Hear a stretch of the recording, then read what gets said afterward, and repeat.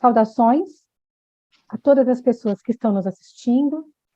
Estamos iniciando a segunda jornada do webinário internacional A Comunicação da Emergência Climática, Desafio à Ciência, aos Direitos Humanos e à Democracia. Antes de passarmos para a mesa, eu gostaria de fazer alguns avisos importantes às pessoas que estão participando deste webinário. Em primeiro lugar, quem ainda não escolheu o idioma em que gostaria de ouvir o webinário, português, espanhol ou inglês, pode encontrar na barra de ferramentas um botão no qual pode fazer a opção por um desses 13 idiomas. O chat deve ser utilizado apenas para conversa e comentários. As perguntas devem ser encaminhadas através da ferramenta Q&A, Questions and Answer, que também está na barra de ferramentas da página do Zoom.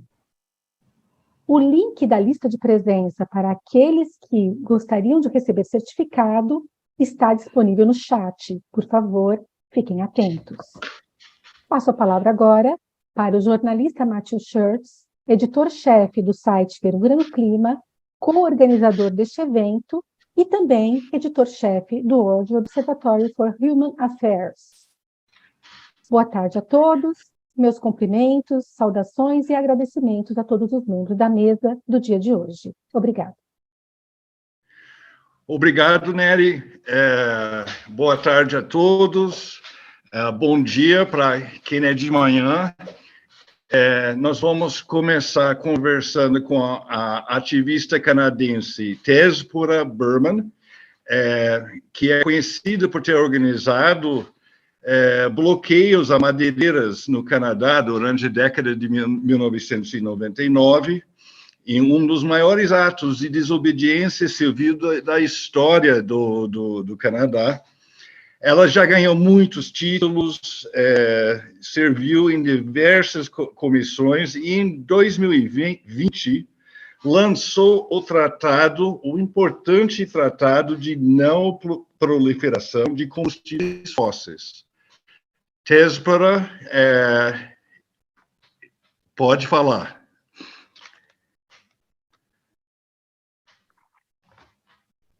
You did. It was very close. Thank you, Matthew, and thank you to everyone who's organized this important conversation. I've been working now on designing environmental campaigns, both on forest conservation and climate change for 30 years. And I don't think there's a more important conversation right now than how do we communicate the climate emergency, not just to inform and to educate, but to motivate people to engage in this issue at this critical moment in history.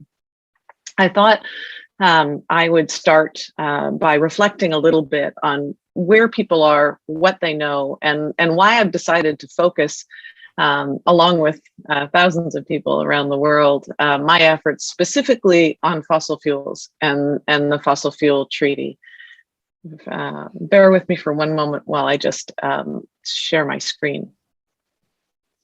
I should have also mentioned that I am speaking to you today from the unceded territory of the Tsleil-Waututh, the Musqueam, and the Squamish First Nations, where I'm honored to be able to live and work here in Vancouver, Canada.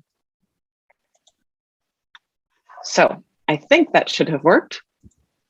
Yes, it did. I'm just gonna, good. A thumbs up, you're just seeing one slide, the front slide. The other day I did a presentation where everyone was seeing my notes. It was horrifying. No one told me till afterwards.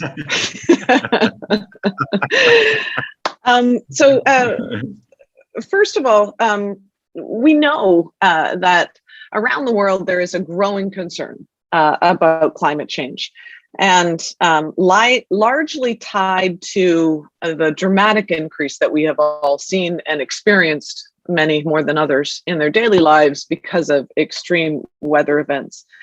Yet what we also know from the polling is that there's a very low literacy about the causes of climate change and the solutions. So this growing awareness is important, but what do people support that we do about climate change, and are they engaging? In my mind, those are the two critical questions to creating the political space to act quick enough to save lives and make the U-turn that we need to make in our economies, in our daily lives, in our policies and laws in order to address the climate emergency. So let's take a look specifically at Brazil. We know that a large majority of Brazilians think climate change is happening, that it's a serious threat, and even support climate action. When you add the number of people who are alarmed to the number of people who are concerned, then you're looking at 79% in Brazil think climate change is happening and think it's important. What's very interesting, though, is that the majority of people are split about whether or not to phase out fossil fuels. So this is a critical point in our discussion about the climate emergency, because while climate policy and climate solutions are complicated, what's not complicated is that 86% of the emissions that are trapped in our atmosphere today come from three products: oil, gas, and coal. And the fossil fuel industry has been successful in making those products, even the language of fossil fuels, even reference to oil, gas, and coal when we talk about climate change, invisible. Let's take, for example, the Paris Agreement, the world's agreement on how to address climate change. I'll never forget the day when I searched the Paris Agreement for the words fossil fuels. They weren't there. Then for the words oil, gas, and coal. They don't exist in the world's climate agreement. Again, the fossil fuel industry has been successful in making itself invisible. And that's, I think, a critical point for climate communications. I believe our job as climate communicators is to make that visible, to focus on the critical issue of creating plans to responsibly and equitably wind down fossil fuel production and emissions in line with the science in order to address growing climate change. So one of the big problem is when faced with the major threat of climate change and even concerns that they already have, what we're seeing is that we don't have the political will, in part because a kind of fatalism sets in. We still use fossil fuels every day, and we are hardwired to feel guilty for that use. Why are we hardwired to feel guilty for that use? Because the fossil fuel industry has focused attention on our personal carbon footprint as the answer to driving solutions to climate change. So it's easier for people to check out of the conversation, to turn away when they're faced with something that is in the literature, it's called a cognitive dissonance. We know that climate change is happening. When you start connecting the fact that it's happening to fossil fuels, then there's just a disconnect with our daily lives. And it seems too big to actually engage in. People are uncomfortable. So in some ways, the public is I don't know if this translates in English, we would say between a rock and a hard place on fossil fuels. We don't want oil, gas, or coal, or the pollution and risks that are pervasive in our lives as a result of it.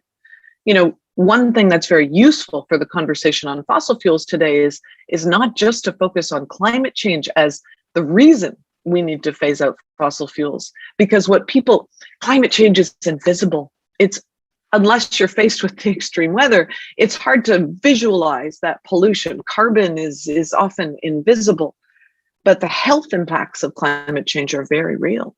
The newest studies are showing that 1 in 5 deaths globally, 8 to 9 million people a year are dying just from the air pollution of fossil fuels, let alone the disasters, the spills, the explosions, and then also climate change and extreme weather. So leaning into the health impacts of fossil fuels in the last couple of years, I've found a lot more traction with the public because they can see it.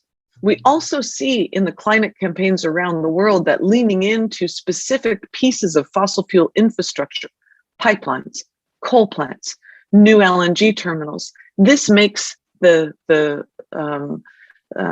issues more tangible to people than this target by this date. It's complicated, but the fossil fuel projects can make it more tangible and find a hook for us to discuss what needs to happen. So it's challenging for people to see the world beyond where they're currently living. Many of us still in fossil fuel cars, fossil fuel heating. And again, this is in part because this is the conversation the industry has wanted. The industry has associated themselves with being a big part of the solution, innovatives for the future. Yet their net zero pledges, every single oil company and its net zero pledges, within those net zero commitments, they currently plan to increase production of fossil fuels with new projects and new fields. One thing we have to remember as we communicate this challenge, it's not a transition if we're continuing to grow the problem. And the science clearly shows us that no new fossil fuel projects fit or align with our Paris Agreement, with our Paris goals, with keeping the world well below 1.5 degrees Celsius. We already have enough fossil fuels, oil, gas, and coal in production or under construction on the planet that if we burned them all, that would take us past 2 degrees. So we are currently spending the majority of the world's financial and political and intellectual capital to dig up stuff that we know we can't burn, or it will burn us. And the simplicity of recognizing that, of really focusing on how the transition and climate responsibility focuses on stopping expanding the problem, that makes sense to people. And the polling we've done at the Fossil Fuel Treaty in now 6 different markets around the world is showing that consistently that makes sense to people. When you ask them if they support this target by this date or this policy, they're confused. When you talk generally about acting on the climate emergency, they feel guilty. When you specifically show where the majority of pollution is coming from, and that it's not about one project being bad or one country needing to act, but we need to stop expansion all over the globe and wind it down, that makes more sense to people and they start to engage. But they start to engage if they feel like they can support a solution which is commensurate with the scale of the problem. So for too long, we've heard climate emergency, the world is on fire, put on a sweater, ride to work and save up for that electric car. And it makes people feel so guilty, and those solutions are so small, they don't know how to engage. At this point, I think it's worthwhile mentioning that the concept of the personal carbon footprint that focused the world on lifestyle and personal change instead of system change and the laws that we need to address climate change, well, that came from the oil companies. And in fact, it was BP starting 20 years ago that started to really put advertising dollars around this concept of the carbon footprint, because they didn't want people to organize against fossil fuels as a whole. They wanted you to feel guilty and then disassociate yourself from the larger challenge that we have. So what do we do now? It's time to change the narrative. We need to communicate to motivate and not just to educate.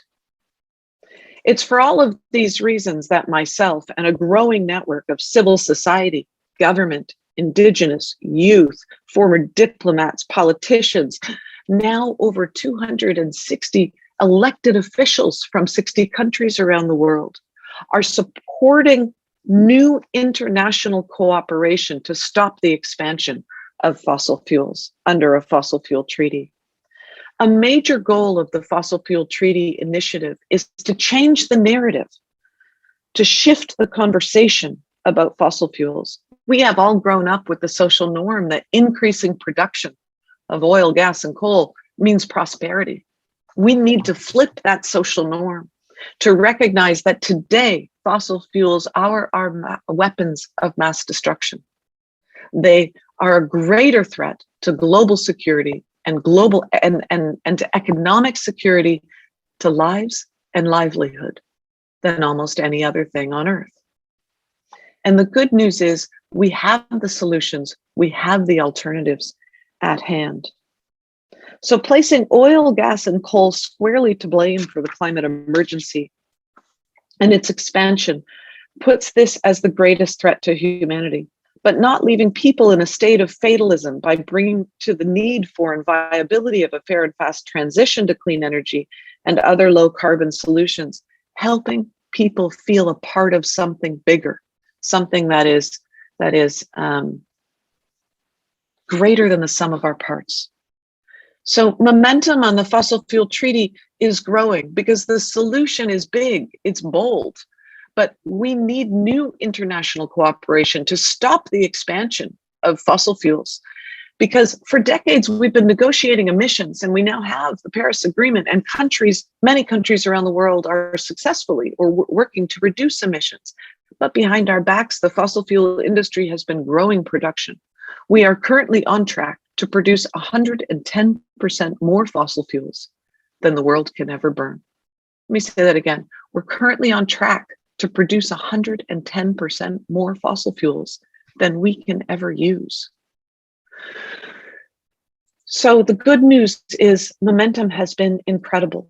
The Fossil Fuel Non-Proliferation Treaty Initiative is less than 2 years old. In 2 years, over 1,000, this actual slide needs to be updated from the last 2 weeks, 1,500 civil society organizations have already joined and endorsed the Fossil Fuel Treaty and are starting to plan fossil fuel treaty campaigns around the world. Almost 3,000 scientists and academics, 270 elected parliamentarians, 101 Nobel laureates, including the Dalai Lama, and now 53 cities and states, subnationals, have passed motions in councils to endorse the fossil fuel treaty.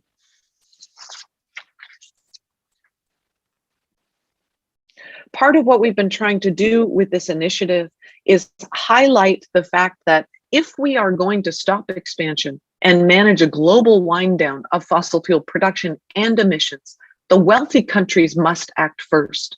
A lot of people don't realize that the majority of expansion of oil and gas planned in the next 5 years is planned in the wealthy countries. In fact, the far majority is planned in the United States. So this is not an issue of taking away economic opportunities from the global south.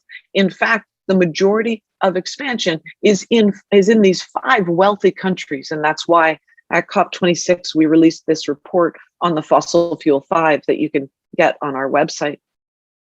So we need to recognize that we need international cooperation because there are many countries in the world, Brazil included, especially countries like Ecuador in Latin America, drilling for new oil in the heart of the Amazon just to feed their debt. So those countries will need new agreements, new support and coordination to not expand fossil fuel production at this critical moment in history. So we're finding in our message testing now in 6 countries, the US, Canada, Kenya, India, Philippines, and Brazil, that the concept of the fossil fuel treaty works as a frame. Why? Because people know we need to move away from fossil fuels, but don't know how to make it happen. The fossil fuel treaty sounds like something that is big enough, that is commensurate with the scale of the problem. We find that people, it's hard to believe any countries will act alone. So the treaty addresses this competitiveness issue that all treaties have. The 110% more fossil fuels being planned works as a motivator. That figure sticks when we poll it. It's not a small, manageable amount. It's a crisis, and we need to act together to stop it. And shining a light on a number of actors, such as we did in the Fossil Fuel 5 versus big oil, makes the issue something that can be tackled and focuses responsibility back where it should be, on our governments to ensure the public good at this critical moment. So the Fossil Fuel Treaty is now being used as a frame by groups around the world, youth groups in many countries, grassroots activists all over the world. This was a moment for me just a couple of weeks ago at Stockholm Plus 50 when I went to a big protest in Sweden and saw a Fossil Fuel Treaty banner hanging proudly, not by any of our staff, by some organization that is now campaigning on the Fossil Fuel Treaty. It's now being used by groups around the world. And this year, faith leaders from around the world are picking up the call for the Fossil Fuel Treaty and starting a whole new faith initiative. Sometimes there's skepticism about the treaty being too bold, about it being not viable because it's so new. It took us so many years to negotiate the Paris Agreement. I offer that at this moment in history, we need big, bold new ideas because what we've been doing so far has not been working. We need to motivate people around the world to be a part of something that is simple, that they can call on their governments to do, that gets at the scale of the problem. Nelson Mandela once said, it always feels impossible until it's done. And I hold on to that every day when I'm working for the new Fossil Fuel Treaty, less than 2 years old. And already there are groups around the world who are calling on their governments for a Fossil Fuel Treaty. Already we can feel the strength of this new public campaign and network. So I offer this as one example, but in terms of the communications work that we're doing here today, I encourage you to put the focus back where it needs to be on fossil fuels, to make this fight for a livable climate tangible, to put the onus where it needs to be on stopping pollution, and to try to find a way to encourage the public to engage in these issues at this critical moment in history. Thank you.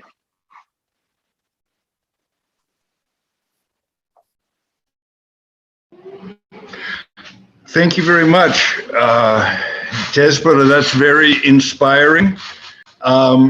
We are going to save the questions for the end after everyone has spoken. And so I'm going to move on to Sabine Marx. Sabine, very nice to have you here. Sabine is... desculpe, eu vou voltar para português, tá? Eu espero não... O inglês ficou comigo, mas... Sabine é cientista social e estrategista de comunicação na Brevity and Wit. Depois você pode explicar, Sabine, de repente, o que é Brevity and Wit. Treinadora líder no Centro Nacional de Preparação para Desastres do Earth Institute of Columbia University e coautora de The Psychology of Climate Change Communication, a guide for scientists, journalists, educators, political aides, and the interested public. Thank you, Sabine. Go ahead. Thank you very much, Matthew, and I will share my screen.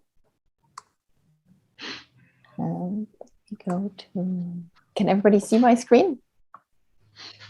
Yes, I can. Thank you very much. Thank you for the introduction, and thank you. It's an honor to have been invited to this international webinar, and thank you to everybody who is joining us today. I see lots of 250 plus people, so it's my pleasure to share some insights from my work over the last, let's say, 20 years. And Matthew, you mentioned Brevity and Wit, which is a firm where I'm working as a consultant for most of my time. I'll be sharing most of the work that I'm talking about today is actually coming from my work at Columbia University back in the day at the Center for Environmental Decisions, for research on environmental decisions, and then at the National Center for Disaster Preparedness, both at the Earth Institute at Columbia. And at Brevity and Wit, I'm applying a lot of these insights to social justice issues, in addition to climate change information, and looking at diversity, equity, inclusion, and accessibility, and all of that. And all of this is relevant to how are we communicating, who are our audiences, what are the barriers to decision making, and what are some of the communication principles that we can apply. And so I titled this Risk Communication, and basically what we're finding, and the reason why we're all here, is that a scientific, technological views of environmental risks, in particular climate change, do usually not align with like public's perceptions, the elected officials and policymakers or decision makers' perceptions of the risks associated. And because they don't align, it really affects the success and failure of our communication and the implementation of mitigation and adaptation strategies. And like Tzeporah actually said earlier, it's time to get beyond educating, beyond sharing more information. It's time to motivate. And how do we motivate people? And that gets at kind of like our psychology. It's psychology of information processing and psychology of taking action. So why is information not used as intended by the people who generate the information? Well, one reason is risk perception is subjective. And I'll run through a few examples to demonstrate how subjective risk perception is in our everyday life and how that also applies to environmental risks. And then decision makers of all kinds, whether they are corporations or individuals or government or organizations or institutions, decision makers are selective when attending to information. They also evaluate options using both their cognitive and affective processes, and that gets us to the importance of emotions. We're also influenced by beliefs, values, goals, and prior experience. Worldviews, for instance, play a huge role, ideology, in the way we pay attention to information and the way we select solutions and participation and engagement in solutions. The social context within which we're operating, within which we're receiving information, and within which we make decisions plays a huge role. And I'll talk a little bit about that when I talk about participatory processes and the value of social context. And lastly, very often we lack awareness of solutions, but also very often we don't have access to solutions. So solutions aren't set up in a way that we could actually take advantage of them. And I'll talk a little bit about that as well. So let me dive into risk perception. And if I ask you, are you a risk seeker? And just I want you to answer that in your mind. Am I a risk seeker? Yes or no? And then I want you to look through each one of these scenarios and say, do I think this action is risky? Would I engage in it? Bungee jumping, extreme mountain biking, biking in general. Do I bike in a city? Do I bike with or without a helmet? That says something about my risk perception. Smoking, being out during a major lightning storm, or chasing a tornado, or taking the preparations to protect myself and my home with a tornado shelter. Gambling, financial risks, investing, cheating on an exam or cheating on your taxes, arguing either with a partner, a friend, or speaking up to an authority, public speaking. Does it look like this, clear and focused, or does it all become a blur? These were all examples from a wide range of domains and areas that we engage in every day when it comes to taking risks. But what we see is like there's variation across individuals when it comes to taking risk and risk perception, but there's also variation within ourselves across these domains. Some of us may be totally fine taking a recreational risk, like going bungee jumping, but we would be really afraid of taking a major financial risk and investing in some options where there's a lot of uncertainty. Some of us may be totally fine smoking, but at the same time would be very, very afraid to speak up to an authority. So that's just to demonstrate risk perception matters hugely, and that informs how we pay attention to information about risks, how we process that information, and how we engage with risks. And that is kind of, in essence, this subjective perception of risk. It goes down to like risk as a feeling, which is a term that George Lowenstein coined, and also Paul Slowick, influential in this work, and really identifying the affective dimension of risk. And by affect, we mean like this can be just a faint whisper of an emotion referring to a specific quality of goodness or badness. It doesn't have to be a full-blown emotion that we're experiencing. It can be that gut feeling or just like a sense of something being good or bad. And that influences our judgments of the riskiness of whether it's material, physical, or environmental risks. It influences what people pay attention to in a complicated situation, especially situations that decision-making under risk and uncertainty. And it then ultimately affects how people approach and solve problems. All this is to say that perceptions matter, and they often matter more than the scientific facts that we have been trying to convey for decades. Now, I want to dive a little deeper into some of these cognitive and affective processes. And what do you mean by cognitive and affective processes? The question is like, what makes you jump? And what makes you jump? I know this is an international audience, and in a lot of countries, including the US and some Western European countries, a mouse makes a lot of people jump. And we pay attention to this visceral experience rather than like to data that shows us, CO2 emissions going up and going up more and more. In other countries, this may require a snake or a spider or something else that elicits that evokes this affective response. Now, let me take this into this example of flooding. How do we express risk? Usually, in a lot of places, flood risk is expressed as a % chance of occurring in a given year. So a 1% chance, like that's what we call it, 100-year flood, which would mean like in any given year, we have 1 in 100 chance that we will experience a 100-year flood. And the next year we have that exact same chance again. And for a 500-year flood, respectively, it would be a 0.2% chance of occurring. Now, based on this statistical and this probabilistic information, does this motivate me to buy flood insurance in those countries where flood insurance exists? Does it motivate me to build a seawall? Does a government or municipality invest in a seawall? This would be like resisting the flood risk. Or do we accommodate by elevating homes? Or at what point are we talking about managed retreat to avoid this flood risk? How much do these numbers, these percentages motivate us to do any of this?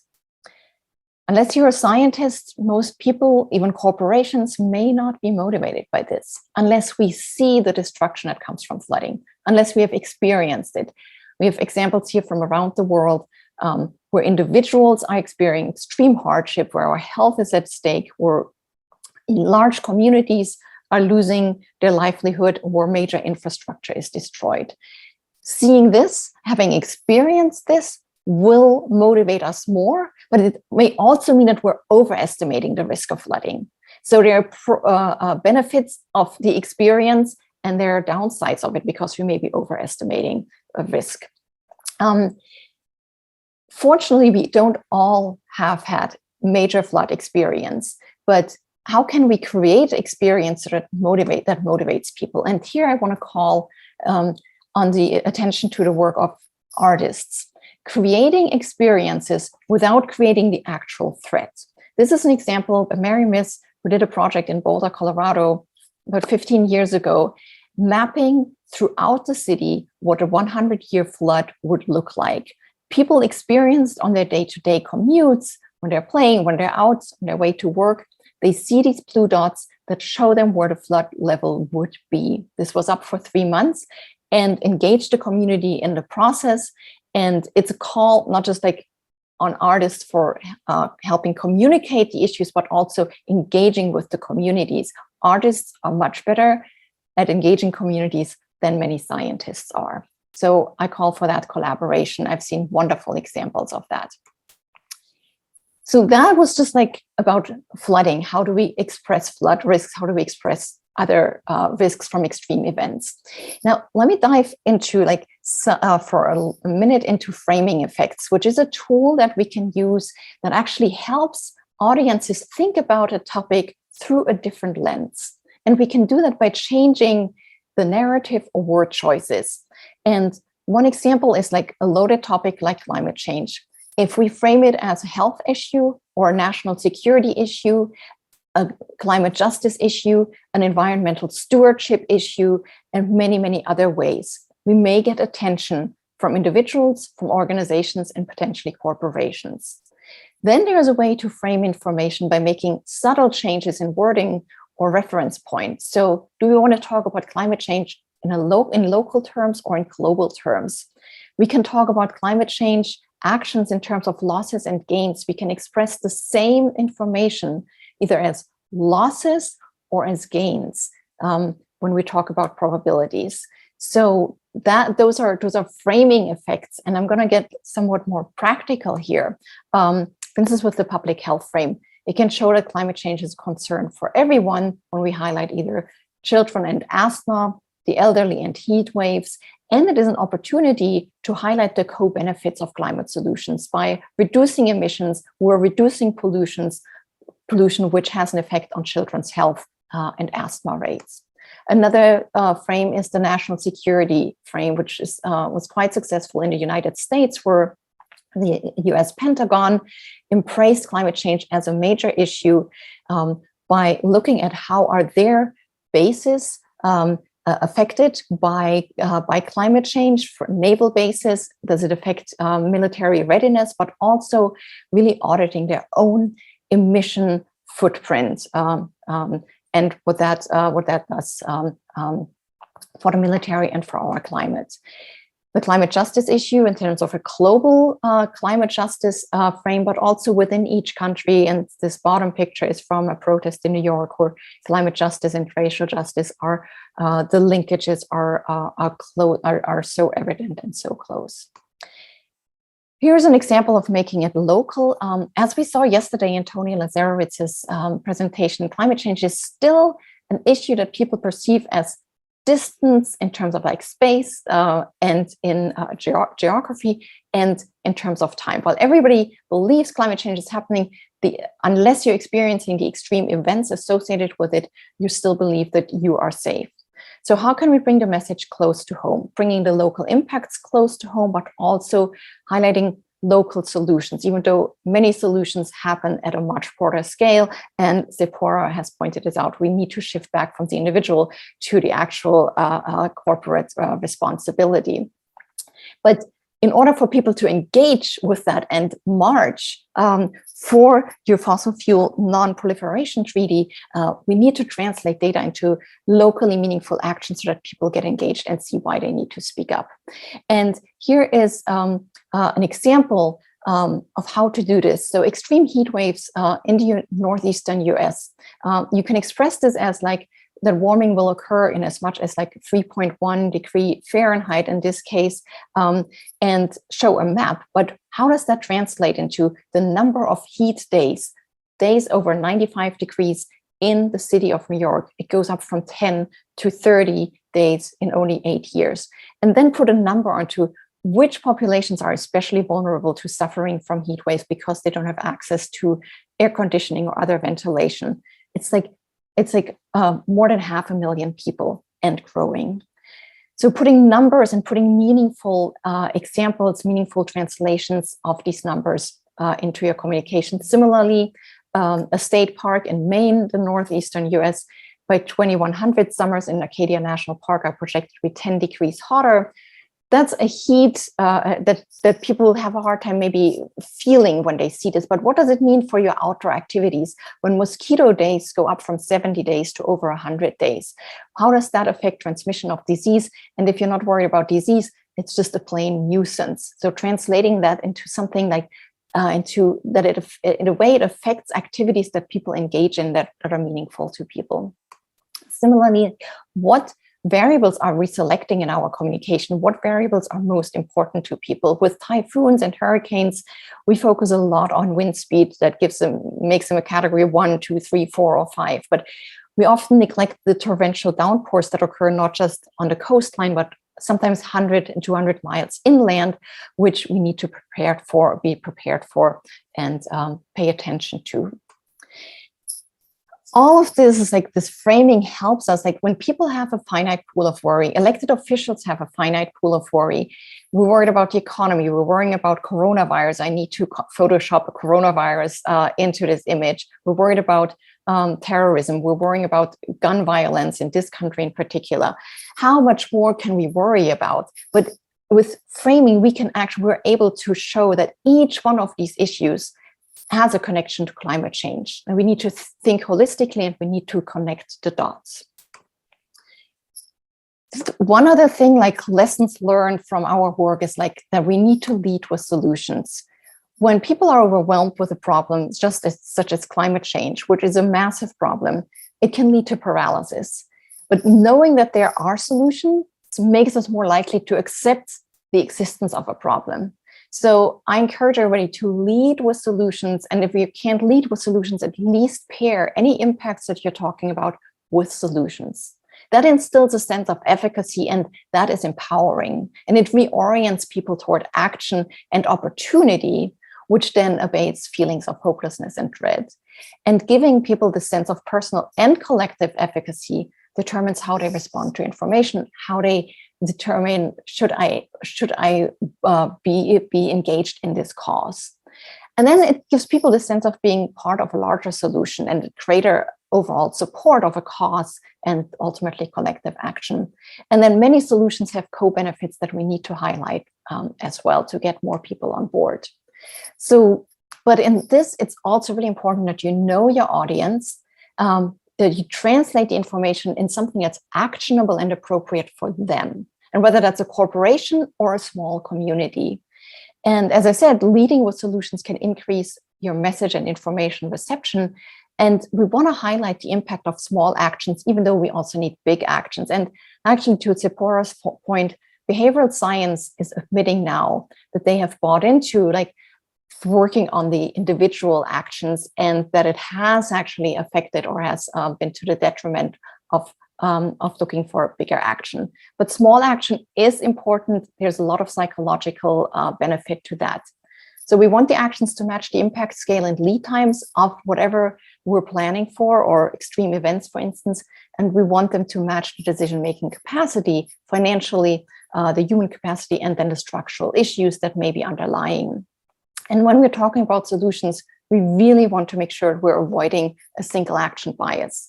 And that is a tendency to engage in just one single corrective or protective action to remove our perceived threats. And that can be detrimental because we think we changed our light bulbs to compact fluorescent bulbs. And here we are, like, then we're blowing our air conditioner, or we make up for it in other ways. So we need to engage in a whole portfolio of actions that need to be present in our minds. And that means we need to know our audience. What does our audience care about?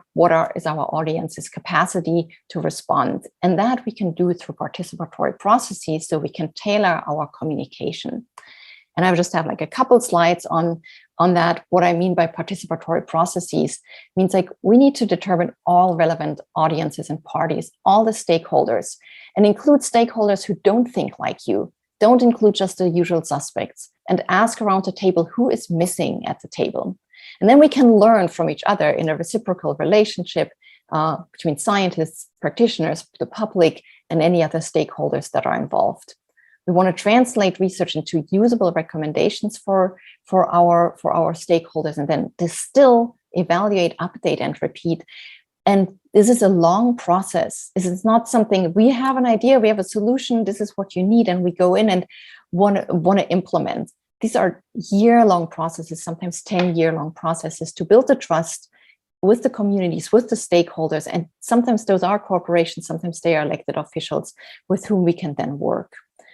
And what this does, actually, by creating participatory processes, it creates this social context. It needs to be started early, and it needs to be an inclusive engagement. Participation in problem identification and brainstorming of solutions. And this social context, by being gathered between like two or more people, it alters the way in which people acquire, learn, engage with, and act on information. That's a huge insight from social psychology. And being in a group activates social and thereby environmental goals. Let me just sum up with like, know your audience. It's the most common sense thing of communication, the number one rule, but it's so often neglected. But when we do it right, we connect with our audience, we can tailor the information and become equal partners in the process. And ask yourself, is my message relatable? Does it relate to the person that I'm talking to? Does it relate to their most pressing priorities? Does it grab attention? We want a balance that's vivid enough, but not alarmist. Does it motivate action by leading with solution, by translating solutions into actionable and appropriate steps? And really, we want to emphasize the impact of taking action and what that means in terms of empowerment. And then ultimately, does it foster cooperation, collaboration, and community building, which are so important if you want to build a resilient society? And how can we tap into a sense of group affiliation? What do we have in common, and what shared future do we see? And let me end with a couple of resources. The Psychology of Climate Change Communication, which was a guide that came out in 2009 and is still incredibly relevant. We did not think that would be the case when we created this over 13 years ago. And I'm so excited to say that this guide has been translated into Portuguese, thanks to the tremendous work of Renzo Tadei at the Federal University of Sao Paulo, who used to work with us at CRED. And then 2014, we worked together with Eco America on a guide that is an additional guide. The two of them work nicely together, connecting on climate. And with that, I'm afraid I went over time, but I'm happy to hand it back to the hosts and happy to answer any questions if we have time later. Thank you very much, Sabine. That was fascinating. And really good to know that there's actually a book in Portuguese. I didn't know that. That's wonderful. That's great. Yes. Is Juliana here? Nelly? I don't see her. Juliana, are you here? Estou aqui, Matthew. Boa tarde. Ah, oi, boa. Hi, hello. Então, nossa próxima convidada é Juliana Radler. Falei certo, Juliana? Fala para mim. Falou certo, corretíssimo. Obrigado. Ela é jornalista, participa da rede, esse vai ser mais difícil, rede Fala para mim. Waiuri, que é uma rede de comunicadores indígenas do Rio Negro, na Amazônia, tá? Ela que foi eleita pela organização Repórteres Sem Fronteiras, um dos 30 heróis da informação mundial no ano de 2020. Juliana, muito obrigado, viu? Você está na Amazônia agora? Obrigada, Matthew, também pelo convite, por estar aqui com vocês.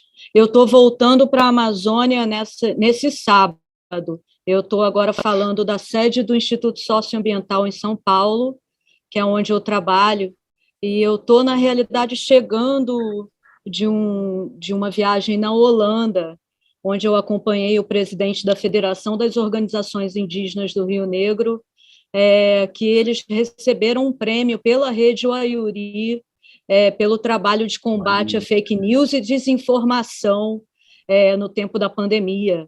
O prêmio Rule of Law, dado pelo Projeto de Justiça Mundial, World Justice Project.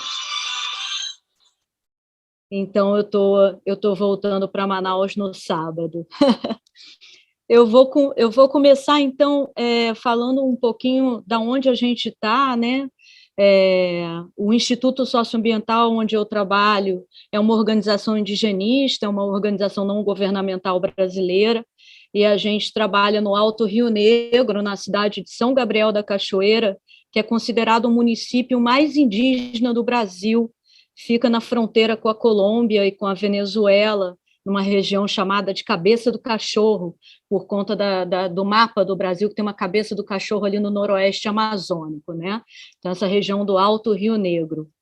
E lá a gente trabalha em parceria com a Federação das Organizações Indígenas do Rio Negro, que, por sua vez, representa 23 povos indígenas. Então, é uma região de grande diversidade cultural, étnica e linguística, né? Essa palavra Waiuri é uma palavra em Iangatu, que é uma das 4 línguas indígenas cooficiais, em São Gabriel da Cachoeira, né? E significa mutirão, trabalho coletivo, justamente porque essa rede de comunicadores indígenas, ela foi criada em 2017, nessa parceria, né, nesse trabalho intercultural da FOIRN, dessa Federação Indígena, junto com o movimento socioambiental, com o Instituto Socioambiental.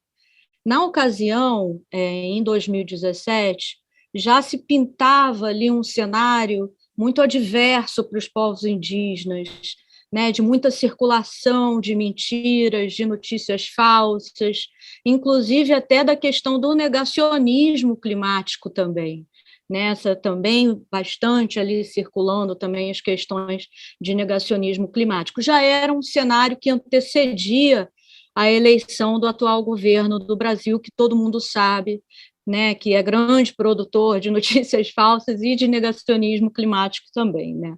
Isso não é novidade para ninguém. Então, naquele momento, a Federação das Organizações Indígenas, né, pediu ao Instituto Socioambiental, né, nas reflexões, no trabalho em conjunto, de que a gente tentasse trabalhar de alguma forma que as notícias circulassem mais no território, né? Porque é um território muito vasto, a gente está falando de 3 municípios de extensão territorial muito grande. São Gabriel da Cachoeira é o 3º maior município do Brasil. Barcelos, que também faz parte dessa região, é o 2º maior município maior do Brasil, só perdendo para Altamira, né? Então, a gente tem uma região muito extensa, com 750 comunidades indígenas e com precária infraestrutura de comunicação, né? Pouquíssimas comunidades com acesso à internet, maior parte das comunidades ainda utilizando aparelhos de rádio amador, né? A radiofonia. Então, uma dificuldade da gente fazer circular informação. Então, com isso, a gente começava a perceber ali que tinha uma crescente criminalização das lideranças indígenas, criminalização de jornalistas, né? E as notícias cada vez, o que mais circulava ali era mentira, era notícia falsa. Então, a gente começou a fazer um trabalho em 2017 de fortalecimento da comunicação indígena. Então, a gente fez uma primeira oficina de formação, onde vieram 15 jovens indígenas de toda essa região de abrangência dessa federação indígena, né, que pega esses 3 municípios, Barcelos, Santa Isabel do Rio Negro e São Gabriel da Cachoeira, e a gente começou a trabalhar com eles a produção de notícias, principalmente notícias por áudio, né, porque seria a forma de melhor circulação dessas notícias no território. Além disso, né, a oralidade é um ponto forte da cultura indígena, né, a transmissão de conhecimento, de informação, de saberes, são sempre transmitidos oralmente, né? Então, a gente também, no processo todo de elaboração e de formação dessa rede, a gente produziu um diagnóstico de comunicação justamente para ver como é que essas informações melhor circulariam nos territórios indígenas e como atingiriam as pessoas, né? Como as palestrantes anteriores falaram muito bem, né? Sobre a necessidade da gente saber para quem a gente está informando, como estamos informando, para que essa notícia chegue de verdade, comova, né? A gente não quer só informar, a gente também quer motivar, como falou uma companheira anteriormente. Então, a gente inicia esse trabalho da Rede Wayuri, que já agora esse ano completou 5 anos, né? Então, um trabalho de várias oficinas de formação dessa rede de comunicadores, que começou com um grupo de 15 comunicadores indígenas, e hoje a gente tem 55 comunicadores indígenas, de 11 etnias, né? A gente tem aí uma representatividade étnica grande, né? De 11 etnias, falantes de 6 línguas indígenas, né? Então, a gente tem a produção da Rede Wayuri, ela está, inclusive, disponível também pelo Spotify, pelo SoundCloud, onde vocês podem encontrar o podcast que é produzido semanalmente pelos comunicadores indígenas, mas a forma com que mais circula esse conteúdo nos territórios indígenas, porque também é importante ressaltar que essas informações, elas são principalmente feitas para dentro do território, feita pelos povos indígenas para os povos indígenas, né? Então, ela é distribuída principalmente por WhatsApp, que é o que mais circula na Amazônia, né? Um aplicativo leve, então você tem como também ter esses áudios em MP3 e eles circularem de uma forma mais leve pelo WhatsApp. E muitas vezes nesse fluxo aldeia-cidade, né, os jovens e as lideranças, eles vão até a cidade, eles pegam esses conteúdos e levam para as suas comunidades. E aí vão fazendo circular esses áudios informativos que atualmente são produzidos toda semana, já tem mais de 100 edições produzidas, e a Rede Waiuri atualmente também tem um programa de rádio chamado Papo da Maloca, é um programa de rádio ao vivo que vai ao ar toda quarta-feira, de 10 ao meio-dia, no município de São Gabriel da Cachoeira, com duas locutoras indígenas, a Cláudia Uanano e a Juliana Albuquerque Baré. E dentro dessa temática da emergência climática, a gente vem fazendo um esforço de integração entre a rede de comunicadores indígenas, a Rede Waiuri, e a rede de AIMAs, que é a rede de agentes indígenas de manejo ambiental. Esses agentes indígenas, que são aproximadamente 50 pesquisadores indígenas, eles fazem uma observação do meio ambiente, da questão climática, com várias variáveis, por exemplo, a subida e a descida do rio, a revoada de insetos, se está chovendo ou se está seco, né? Eles vão fazendo uma observação diária, fazem anotações em diários e também respondem a alguns questionários, né? Então, esses agentes indígenas, eles vêm fazendo um diálogo também com a ciência não indígena. Então, a gente tem promovido esse diálogo entre a ciência e os povos indígenas e os conhecimentos indígenas. Então, muitos desses AIMAs estão se aproximando da rede de comunicadores justamente para a gente conseguir trabalhar melhor a questão climática dentro dessas informações que a Rede Waiuri vem produzindo. Eu chamo atenção para um fato que em 2015 aconteceu na região, que foram incêndios florestais na região de Barcelos, incêndios em igapós, né, incêndio em floresta úmida. Então, hoje a gente tem um grupo de AIMAs em Barcelos, debruçados, fazendo pesquisa e trocando com cientistas a respeito disso. Muito em breve a gente vai ter comunicação sobre isso. A gente teve no ano passado também a cheia recorde no Rio Negro. Alguns de vocês devem ter acompanhado. O Rio Negro nunca teve uma cheia tão grande, e lá no Alto Rio Negro a gente conseguiu ter informações das comunidades, os comunicadores indígenas reportando essas cheias e o impacto dessas cheias no dia a dia das pessoas, né? Então, muitos indígenas perderam suas roças, né, perderam seu alimento, tiveram que receber cestas básicas, então foi um impacto muito grande, e esse impacto ele permanece, porque quando você perde uma roça, são 3, 4 anos de trabalho, né, se você perde uma roça de mandioca. Então, reportar tudo isso, e reportar de quem está de dentro, de quem entende a realidade, conhece a realidade, isso tem um valor tremendo. Isso é importantíssimo, né, para mostrar também como os impactos das mudanças climáticas estão afetando as populações tradicionais.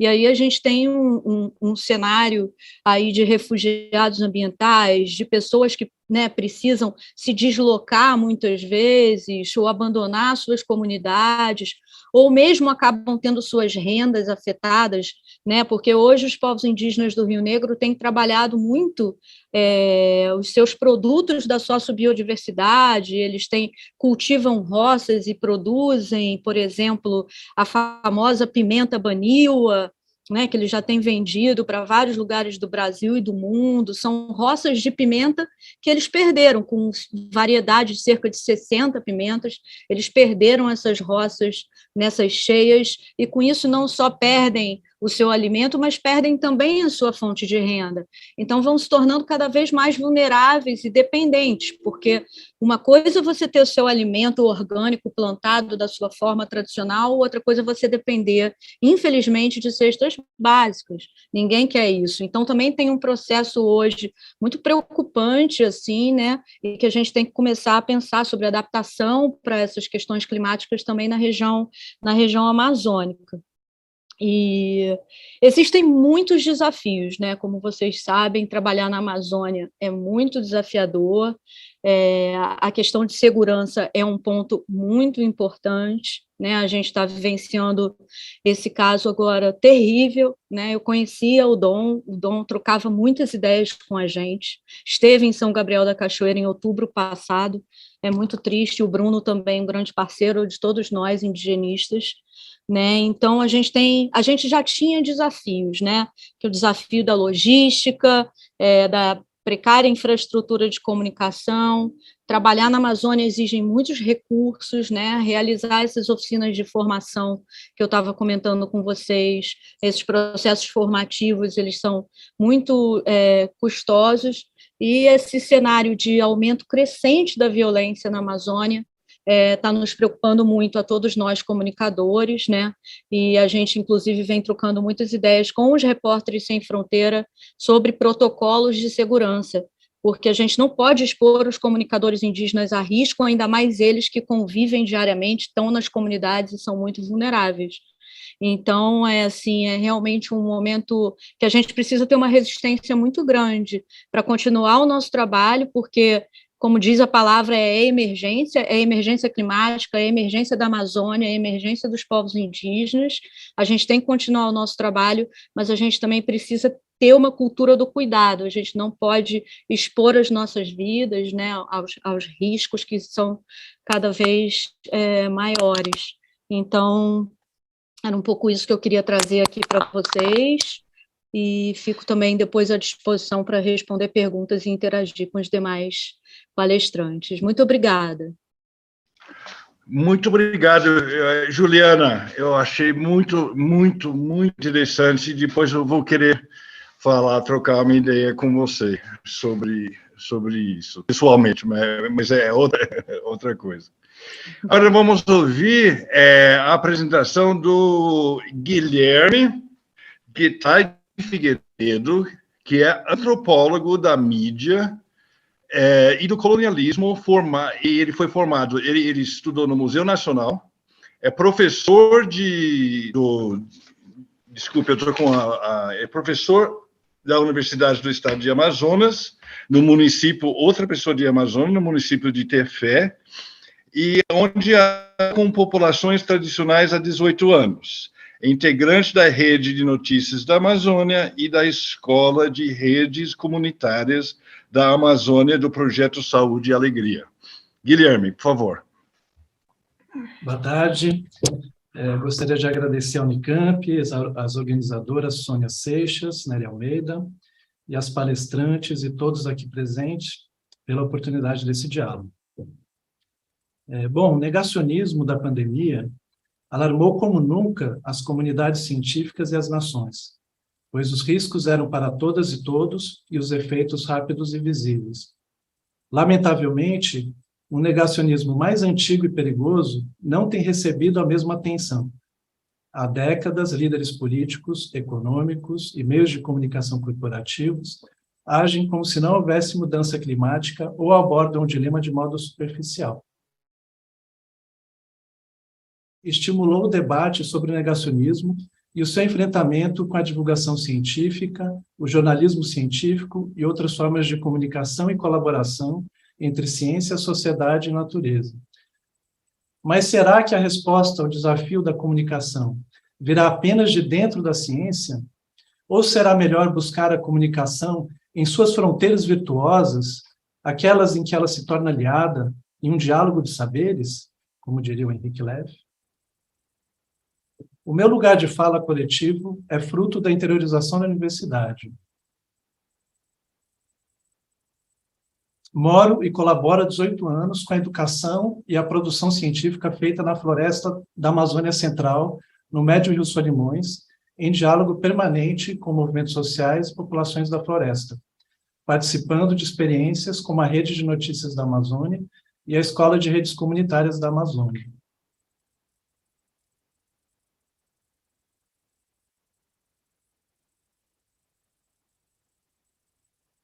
Estamos sentindo de perto a dor do crime político que vitimou Bruno Pereira e Dom Phillips, no Vale do Javari, região do Alto Solimões, perpetrado pelas forças da morte, de uma ordem social que oferece riquezas materiais, poder, reconhecimento e prestígio apenas para quem alimenta a máquina do crescimento econômico.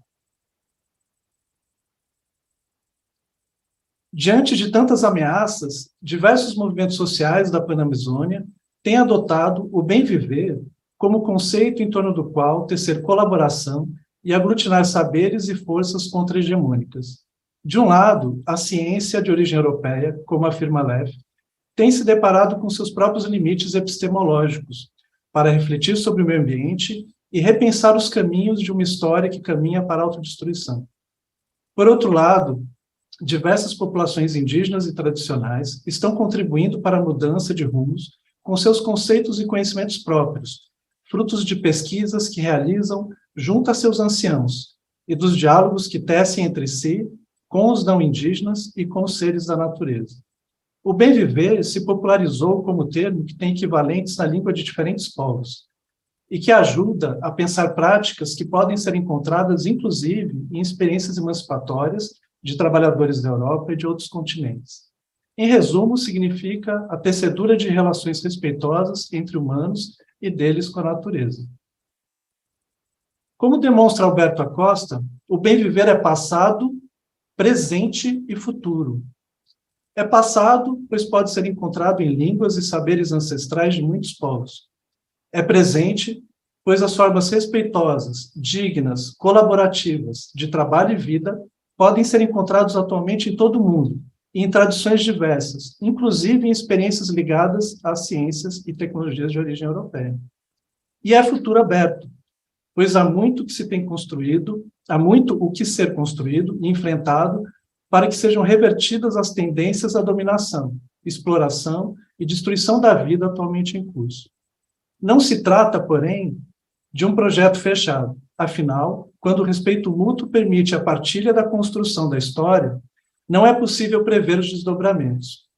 A construção de um mundo onde caibam muitos mundos, com respeito à natureza, só é possível através de formas dialógicas de comunicação. E isso nos leva à seguinte pergunta: o que seria o bem viver na comunicação, ou a comunicação para o bem viver? Grande parte das respostas a essa pergunta estão vindo de pesquisadores indígenas. Na Amazônia peruana, por exemplo, a Rádio Camara, que é dirigida por comunicadores Cocama e de outras etnias, ensina que não basta operar uma câmera ou aparelhos de rádio para fazer comunicação indígena. É preciso estudar as histórias e visão de mundo de seu próprio povo, o que exige também um aprendizado sobre as dinâmicas da oralidade, dos mitos e da memória. É preciso aprender a observar e a escutar, como são as formas tradicionais de comunicação que estão acontecendo no seio das famílias e comunidades, como, por exemplo, a comunicação dos sonhos. Leonardo Tejo, diretor da Rádio Camara, afirma: temos que entrar nesse mundo, sentir, aprender, viver, e então comunicar ele, de tal maneira que o que sentimos também possa ser sentido por quem escuta, e que este, então, também possa se atrever a viver esse mundo.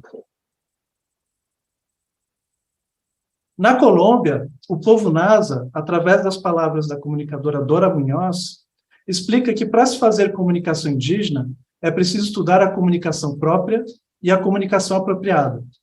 A primeira inclui práticas como canto, a tecelagem, dança, relatos e história.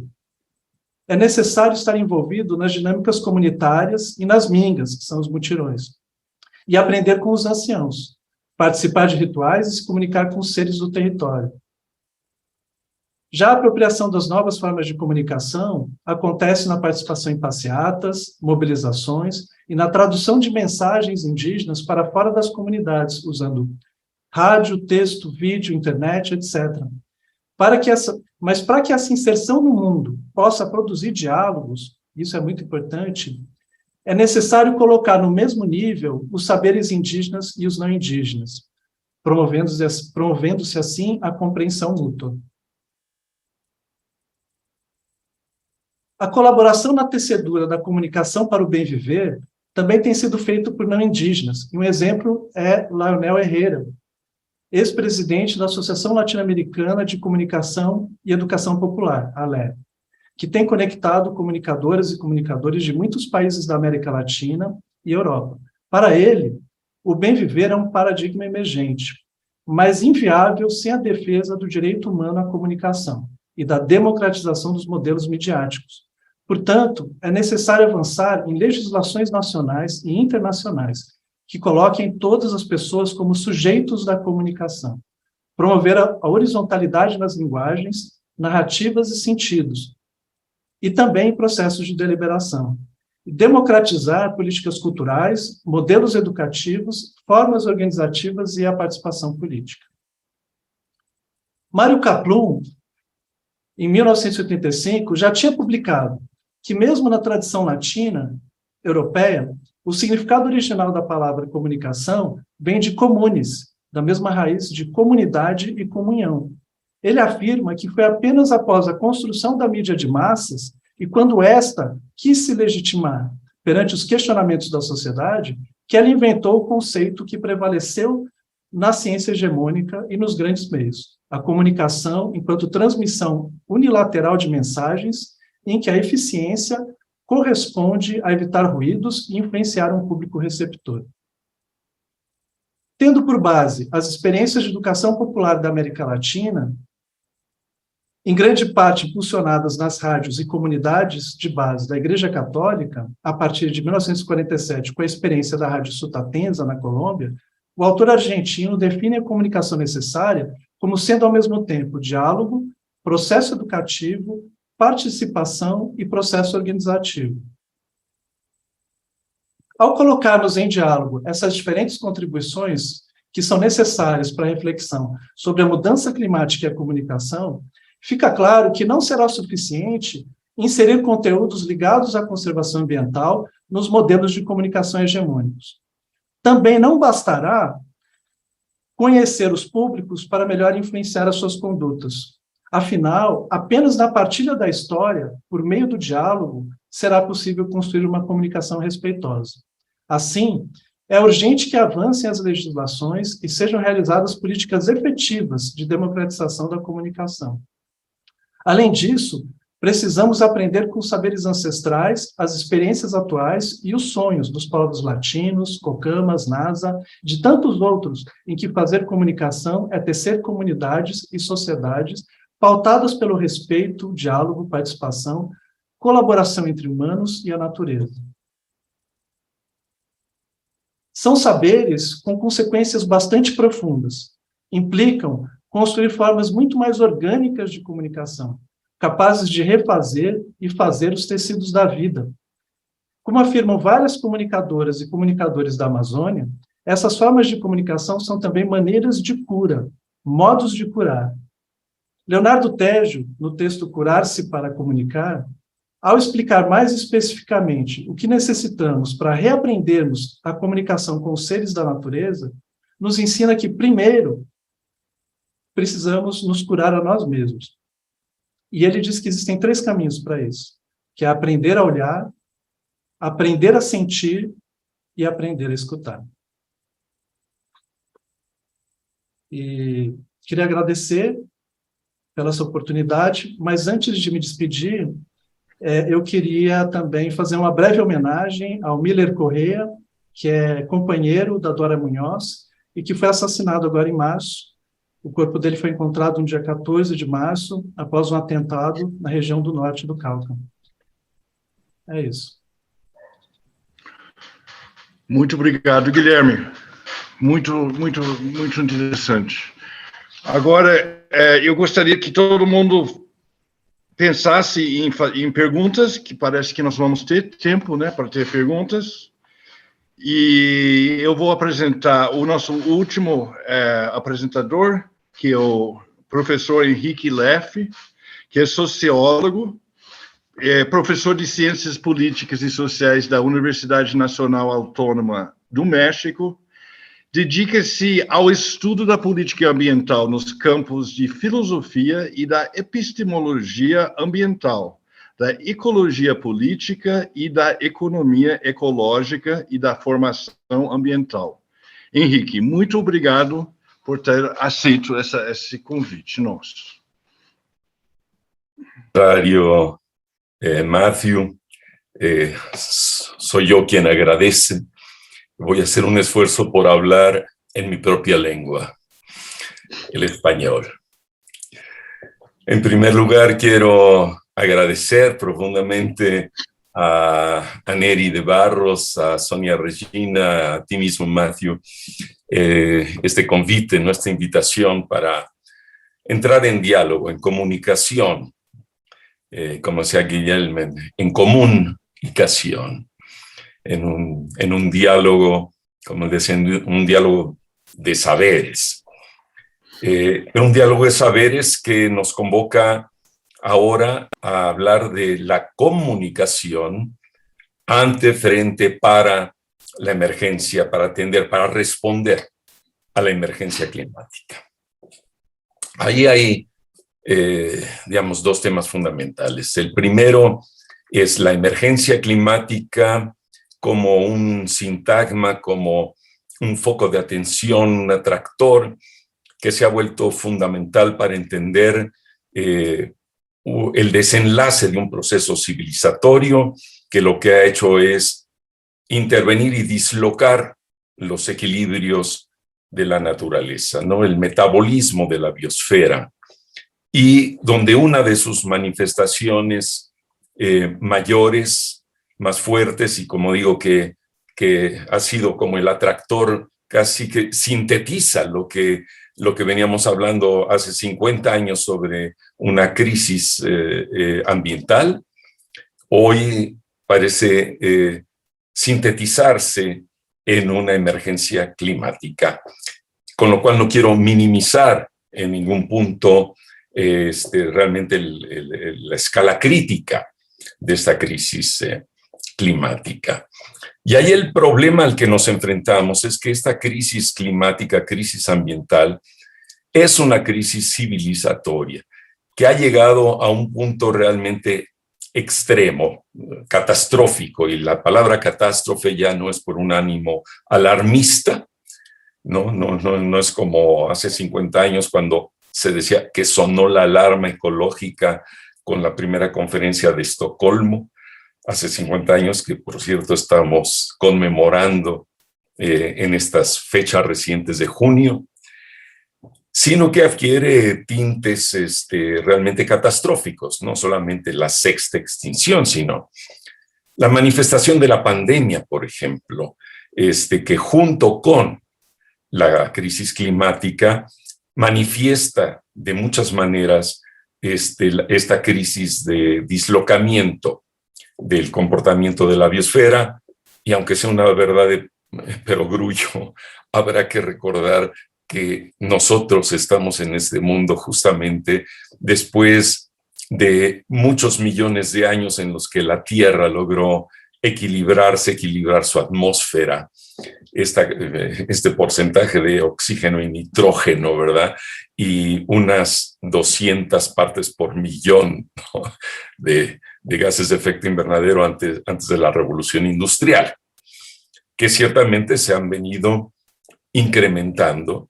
Y como bien decía Tzeporah, el tema ambiental, la problemática ambiental es una problemática tan compleja que rebasa nuestras capacidades de comprensión de sus orígenes, de sus causas, pero sobre todo de las manifestaciones que está teniendo en muchas escalas. La crisis hídrica, del agua, la crisis energética, lo cual casi obliga, digamos, a la gente que está encargada de comprender esta cuestión y de comunicarla, a acotarla muchas veces temáticamente. Entonces hay una cantidad de académicos y de activistas concentrados más en el tema del agua, otros en la crisis climática, otros en los desplazamientos de los pueblos originarios y en el buen vivir. Y cada uno de esos espacios va generando sus propias estrategias de comunicación. Si yo veo simplemente reflexión sobre lo que ha acontecido en estas últimas hora y media de diálogo, yo veo a cada una y a cada uno y a mí mismo ejerciendo una estrategia de comunicación. Cada uno tratamos de comunicar de alguna manera nuestra comprensión de la problemática ambiental en los campos, en las vertientes en las cuales tratamos de insertarnos para colocar nuestro pensamiento, orientar nuestra acción. Y puede ser el tratado de no proliferación de recursos fósiles, o puede ser la percepción de la crisis climática y ambiental como una cuestión de lo que Ulrich Beck llamó la sociedad del riesgo, y cómo percibir el riesgo y cómo responder al riesgo, es como nos decía Sabine. Entonces, hay una diversificación de formas de comprensión. Yo cuando pensaba, ¿de qué voy a hablar hoy? Pensaba, bueno, inventé un pretítulo y decía, de la conmoción a la comprensión, a la comunicación de la crisis climática, para la movilización de la humanidad ante el gran desafío de una transición civilizatoria hacia la sustentabilidad de la vida, porque eso es lo que realmente buscaba. No es una solución, por un lado, a la cuestión de los recursos fósiles, otra para el agua, otra para ver cómo vivimos el riesgo. No, es todo eso conjunto. Y nosotros, los profesionales a distintos niveles, ya sean más teóricos, académicos, o los activistas, generamos nuestras estrategias de comunicación. A mí lo que me preocupa es esta escala humanitaria de la crisis global. Cada uno con nuestras acciones llegamos a un público más o menos delimitado. Es decir, quienes resuenan con nosotros frente a nuestras temáticas y cómo las abordamos y cómo las comunicamos. Pero la crisis ambiental global, la crisis civilizatoria en la cual nos dicen que tenemos hasta el 2030 para resolverla, no es ya un problema del éxito de las campañas, ya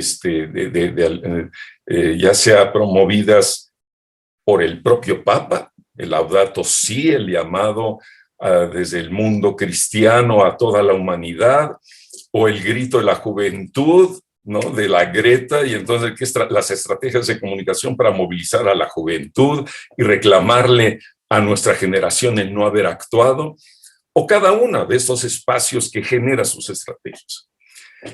A mí me preocupa mucho ver que en el periodismo cotidiano, yo abro las noticias y oigo noticias, pues sí, noticias sobre todo, sobre la falta de atención, la impunidad hacia los derechos humanos, los desplazamientos forzados, las violaciones, el crimen organizado.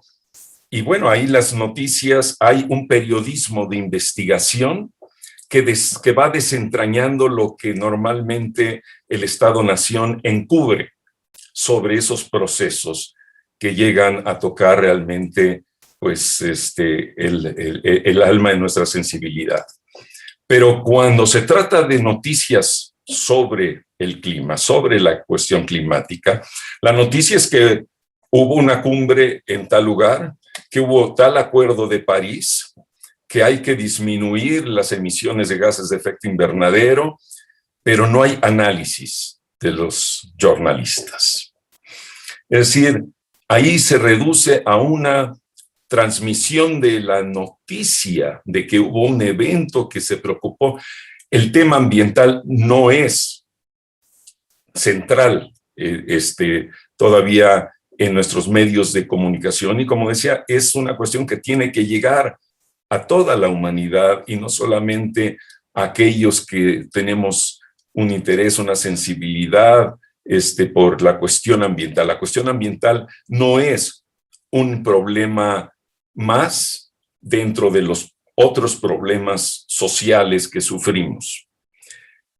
El tema ambiental aglutina todo, es una crisis socioambiental, como dije, es una crisis civilizatoria, donde lo que está comprometido también es la comprensión que uno tiene de ese acontecimiento histórico que pone en crisis, o sea, en crítica, ese proceso civilizatorio. Entonces, ¿qué es lo que hay que comunicar? Aparte de una emergencia de reduzcan sus emisiones de gases de efecto invernadero, no consuman, por ejemplo, combustibles fósiles. Y entonces la gente hoy en día, por ejemplo, si yo pienso en mi ciudad o en Sao Paulo, donde fuera, que tiene que moverse para llegar a su trabajo, dice, bueno, entonces, ¿qué hago? ¿Vuelo con mis propias alas para llegar a donde tengo que llegar? O sea, hay procesos que se están dando en eso que se llama transiciones energéticas que dependen de políticas públicas, más que de la sensibilización de la ciudadanía. La ciudadanía puede salir a protestar y firmar el Tratado de No Proliferación. Pero mientras no haya otras soluciones, y soluciones empiezan a verlas, a los autos eléctricos, híbridos, que entran en la contradicción de que son soluciones, por ejemplo, más costosas. Y entonces todo depende, y se le puede decir a la gente, cambia tu modo de vida. Cambia tu modo de vida, sí, pero yo necesito ir a mi lugar de trabajo. Y necesito subir, si no a mi auto privado, a un transporte público. Y si el transporte público no es ahorrador de energía, y si yo no tengo los ingresos para comprarme un auto híbrido o eléctrico, pues...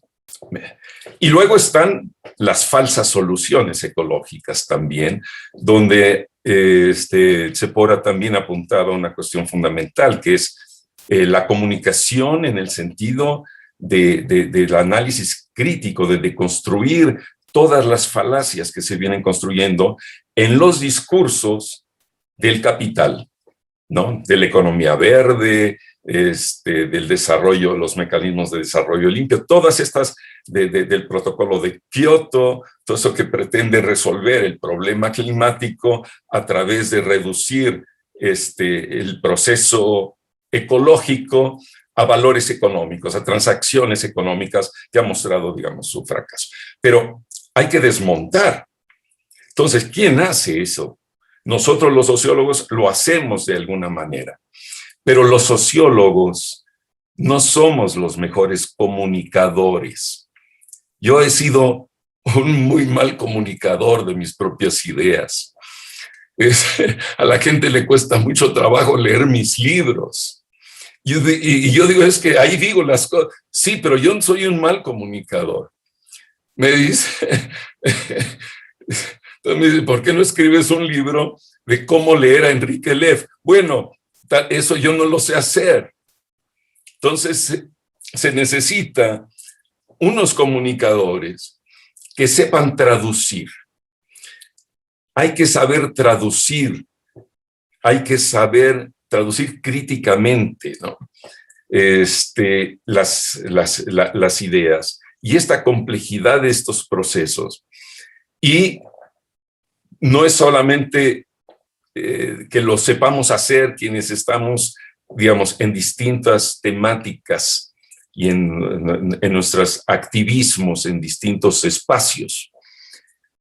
Yo creo que la comunicación, ya sea para el cambio climático, ya sea para la transición civilizatoria, que necesitamos abrir un amplio proceso de formación de periodistas de investigación, de periodistas que sepan transmitir bien las ideas críticas y que conmuevan entonces a la gente para saber también qué pueden exigir, porque las soluciones no están muchas veces en las manos, generalmente no están en las manos de los ciudadanos de a pie, porque son, vuelvo a decir, implican procesos de producción, políticas públicas, toda una transformación que se da a esos niveles de la economía, Entonces no basta comunicar que hay una emergencia y que la gente salga a protestar a las calles. Necesitamos que la gente sepa dónde hace sentido también su propio activismo, su propia respuesta. Como ya se dijo, frente a la complejidad de estos procesos, la gente se siente enajenada y se siente paralizada. ¿Qué puedo yo hacer, no? Y la cuestión no son soluciones tan simples como decirle a la gente, cuida cuánta agua usas para bañarte, cuida, tira la basura en su lugar, separa la basura, o usa, fíjate cuál es tu huella de carbono, por ejemplo, ¿no? Y redúcela, ¿no? Así como cuentas tus calorías para controlar el metabolismo de tu cuerpo, mide tu huella de carbono, ¿no? Y manténla a tales niveles. ¿Me entiendes? No es una solución que se puede así individualizar y luego buscar comprometer, responsabilizar, casi muchos victimizar al individuo, al sujeto, a la persona ante esos procesos. Entonces, ahí hay un problema muy básico de comunicación de una problemática muy compleja que la gente dedicada a eso, a la comunicación hacia el gran público, necesita involucrarse. Y así como nosotros, digamos, en las ciencias sociales buscamos de construir los discursos teóricos que van legitimando, digamos, que van construyendo un marco de referencia, que van colonizando las mentes de la gente y que no logran pensar fuera de ese marco de comprensión, que es el marco de comprensión de este progresismo, de este crecimiento, de ese desarrollismo, que trae adosado el uso de los hidrocarburos, que trae adosado todos esos procesos, ¿no? Que se pueden desagregar. Pero así como nosotros lo hacemos en el campo del conocimiento de la ciencia, no es aquí nada más una cuestión de una popularización de la ciencia climática, es una cuestión mucho más compleja y hay una tarea muy particular para un grupo profesional de periodistas, de comunicadores, como podría decir, comunicadores de la crisis civilizatoria. Yo conozco pocos, y más bien pocas, porque realmente a las que conozco son mujeres. A un par de mujeres, una en Brasil, otra en Argentina, que realmente se han formado en la comprensión de la cuestión ambiental y entonces tienen programas maravillosos donde van desentrañando las cuestiones, ¿no? Y cómo van abriendo la caja de Pandora y van encontrando y difundiendo a la población, por ejemplo, todos los engaños de la Monsanto para encubrir las bondades de los biocidas, de la soya transgénica, en fin, todas esas cosas, ¿no? Creo que es, digamos, lo que podría decir en estos momentos. No quiero abusar de mi tiempo. Creo que es un tema absolutamente fundamental y yo espero que afinemos nuestras estrategias de comunicación ¿no? De saber decir por dónde lo que pensamos y por dónde creemos que hay que romper esta jaula de racionalidad en la cual vivimos y cómo abrir los caminos hacia la sustentabilidad de la vida. Y bueno, pues felicito a todos ustedes por haber abierto este webinario, como se dice ahora, webinario que parece una canasta de huevos más que un web, para abrir la comunicación. Lo que decía Guillermo, el diálogo de saberes, porque termino con esto, la comunicación hoy en día no es una comunicación en una vía. Necesitamos abrir las sensibilidades, el oído, y aprender a comunicarnos con la otredad, con los otros que piensan de otra manera, que sienten de otra manera, que usan otros lenguajes para pensar su crisis climática, su emergencia climática. Y los pueblos de la Tierra exigen hoy ser escuchados desde sus modos de comprensión de la crisis climática y las salidas a la crisis climática. Les agradezco mucho haberme dado esta oportunidad y fico aquí con todos ustedes para tratar de responder a sus questionamentos. Muito obrigado, professor Enrique Leff. Foi uma delícia ouvir o senhor discutir essa questão. O que eu acho, nós temos tempo ainda, então acho que o que eu vou fazer, eu vou pedir para cada dos apresentadores tecer mais um comentário. E eu vou começar fazendo, pode ser sobre o evento de hoje, sobre as considerações, e eu vou começar fazendo uma pergunta para Tzeporah. Pode ser, Tzeporah? Is that okay with you, Tzeporah? Can we start? Can I ask you a question? Of course. And I'm doing this because I happen to know, I know that you have worked in the Amazon yourself before. And in Brazil, as you probably well know, it's a strange situation where our gases de efeito estufa, our greenhouse gas emissions, are mostly from deforestation, from land use changes. It's a very strange situation. And you were saying we should focus on oil, gas, and coal. What would you say to us about that? Should we focus on oil, gas, and coal? How do we deal with the Amazon? How do we explain that? Every time I go to climate change, I have to explain that Brazil is a strange, what we call jabuticaba. It has a very different profile of greenhouse gas emissions than almost anywhere else in the world, as far as I know. Maybe Indonesia or something, but I don't know. So how do we reconcile that with the non-proliferation treaty? It's a really good point. Obviously, the campaigns and the messaging and what we lift up, as many of your speakers have said, has to be dependent on who our audience is at that moment and what we're trying to achieve with that particular communication.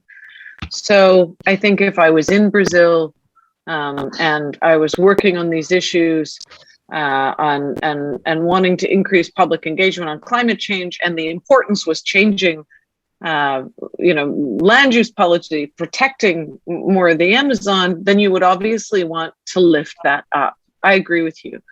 However, I do think that the fossil fuel message is relevant in every country. And we need to also remember that in Brazil, Brazil is planning some of the largest oil developments in the world. Some of what are referred to now by The Guardian and the tremendous research that was done on carbon bombs. the offshore oil development, not only, of course, the pre-salt that is now already under construction, but the new offshore oil development proposed at the mouth of the Amazon River. These are some of the largest fossil fuel projects in the world at a moment in history when we can't afford to be building more. So I think while you're right about domestic emissions, we have to remember that the infrastructure that we build today is what is emissions that we will see 20 and 30 and 40 years in the future. So if we're building these massive new oil projects right now, then they produce for 20 to 40 years, then we're in graver danger than we thought. And the fact is that those emissions are not being counted in Brazil's country emissions because that oil development is for export. It's the same as in Ecuador. 90% of this oil that's currently being produced from the Amazon is for export. In fact, the majority of it to California, actually.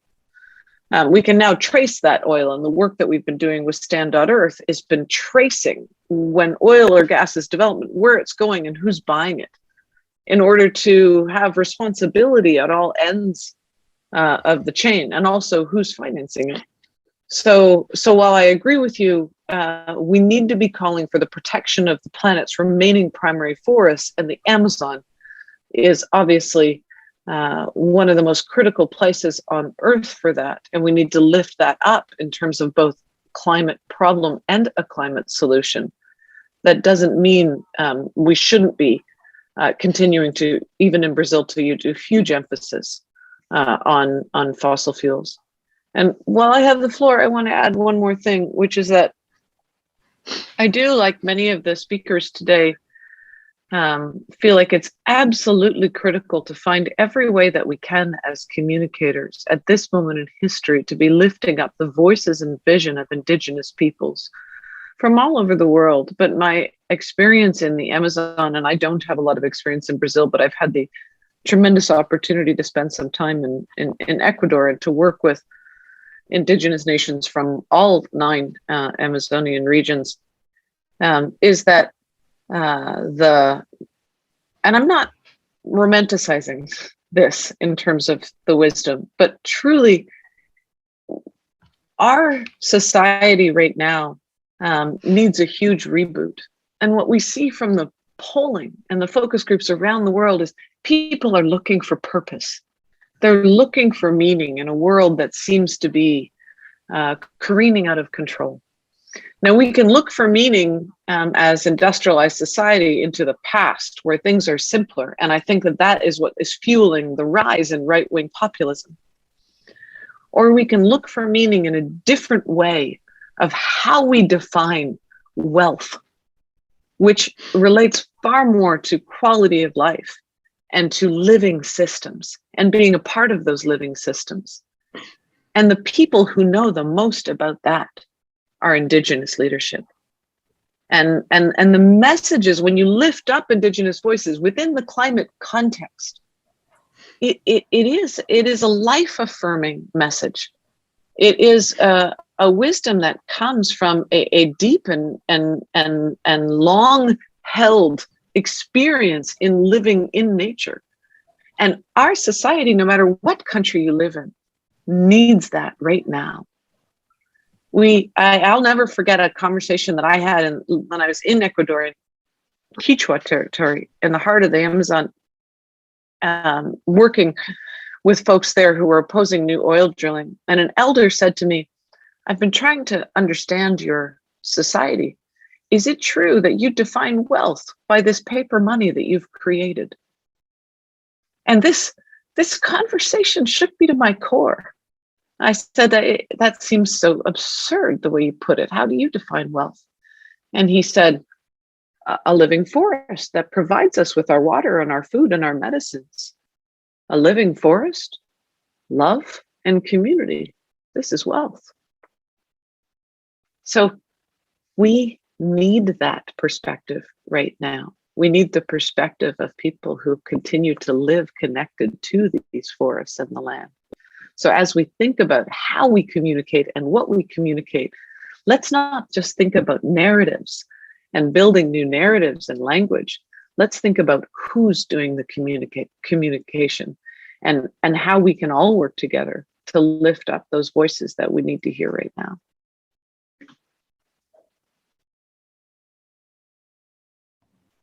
Thank you, Tzeporah.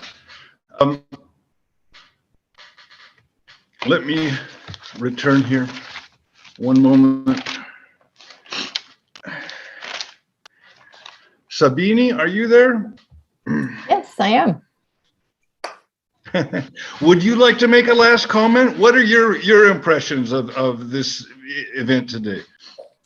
Oh, it is so enriching to hear everybody speak from the multitude of perspectives, and they're all relevant.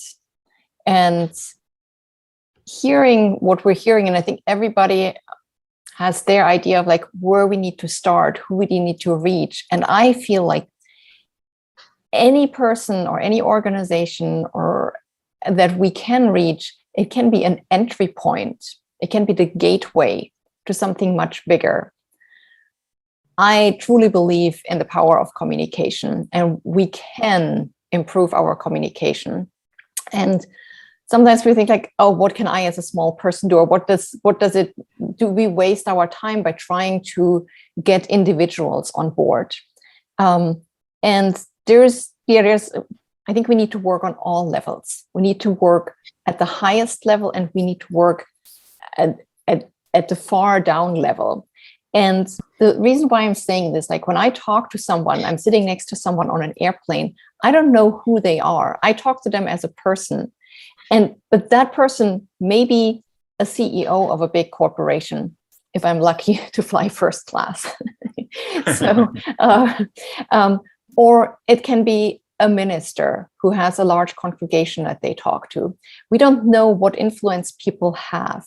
And so if I sit next to a CEO, that person may be talking to me as a father or as an uncle or as a member of a religious group. And if I can get them interested from a perspective that matters to them, they may then start to work first within their family or first within their religious congregation. But that can start to color the way they think about their corporation, the corporation that they lead. So it can be an entry point, it can be a gateway, it can be an entry drug in a positive way that can then be contagious and affect the way that we work in other areas. It's just a door that we can open. That's something I think like, so it's when we hear all these perspectives and where everybody works, it's just so great to see the spectrum of like engagement of the speakers here, and also based on the comments in the chat. And if each of us has a role to play, so we can create a bigger whole and a holistic approach eventually. That's one thing. And I think I was only able to touch on like a few little elements of like the psychology of climate communication and risk communication. There's so much more. There's more and more research coming out every day out of the great universities and universities that have now embraced a much more community-driven approach as well. And eventually we will be able to scale this up. And I think there is a huge momentum there, as we can see from this conference. So I just want to use this opportunity to share my optimism, and also encourage everybody to look at the communication guides. There's very practical information, the guides that I referenced in my presentation, to help you communicate in whatever context you are communicating. Thank you very much. Juliana, I have a question here, and I'm going to address it to you, okay? Juliana, provavelmente eu estou falando a língua errada, né? Quando é de Rayane Brito de Almeida, e ela pergunta: E há contribuições de conhecimentos empíricos sobre variabilidade climática elaboradas pelos indígenas? Seria essa uma forma, por exemplo, de melhor comunicar com a sociedade em si? Porque penso que dados de estações, os satélites, assim como a sociedade científica, seja mais difícil de ser compreendido a emergência climática por alguns grupos sociais. Deu para entender? Deu para entender, sim, Matt. Obrigada pela pergunta. Eu acho que esse tem sido um dos esforços da Rede Wayuri, né?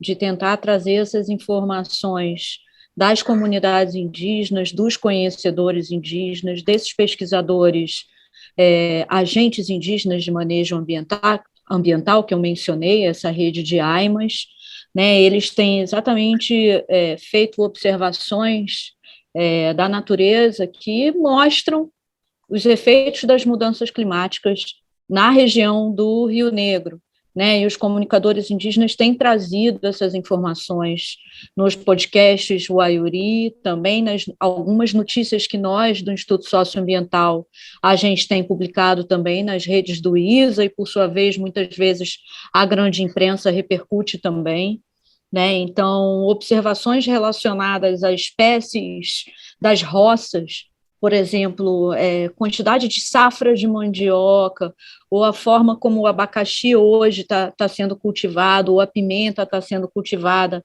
nas roças. Essa percepção, por exemplo, da produção agrícola na floresta é uma percepção que a gente tem muitos dados sobre isso atualmente sendo gerados, e o quanto as mudanças climáticas vêm afetando a segurança alimentar na Amazônia, né? Não sei se todo mundo sabe, mas lá no Rio Negro existe o sistema agrícola tradicional do Rio Negro. A forma de se produzir alimento, a agricultura dos povos indígenas do Rio Negro foi considerada pelo IPHAN, pelo Instituto de Patrimônio Histórico do Brasil, como um patrimônio imaterial do Brasil, né? Porque é uma forma de cultivo feita há mais de 3.000 anos, tem essas informações de estudos arqueológicos, inclusive, né? Feita há mais de 3.000 anos dentro da floresta, sem destruir a floresta. É um manejo, né, daquele ambiente de domesticação das espécies, inclusive, também, né, num nível de conhecimento e de sabedoria gigante, né, e que isso vem sendo passado de geração para geração. E nesse cultivo, eles têm trazido muitas informações, assim, né, sobre o quanto as roças vêm sendo prejudicadas pela questão climática. Também algumas espécies, né, alguns insetos com comportamento diferente, sumiço de algumas espécies também, eles vêm relatando, sumiço de alguns anfíbios, como a gente sabe, né, tem uma extinção em massa da biodiversidade. E isso vem sendo relatado pelos povos indígenas. Agora, muitas vezes, sem que essas vozes sejam tão escutadas. Eu acho que hoje é nosso trabalho, né, essa união, esse trabalho intercultural, né, que a gente vem desenvolvendo. E seria muito bom no próximo seminário, né, Matthew e toda a equipe, que a gente possa trazer também os comunicadores indígenas aqui para a nossa conversa também, né, que essas vozes sejam mais escutadas, né, que eles tenham espaço nas grandes mídias. E a gente vem observando que tem aumentado. Por um lado, se houve aí, né, um governo totalmente anti-indígena que a gente está vendo no Brasil, e enfim, esse fenômeno do populismo, a gente vê em outros lugares também, né?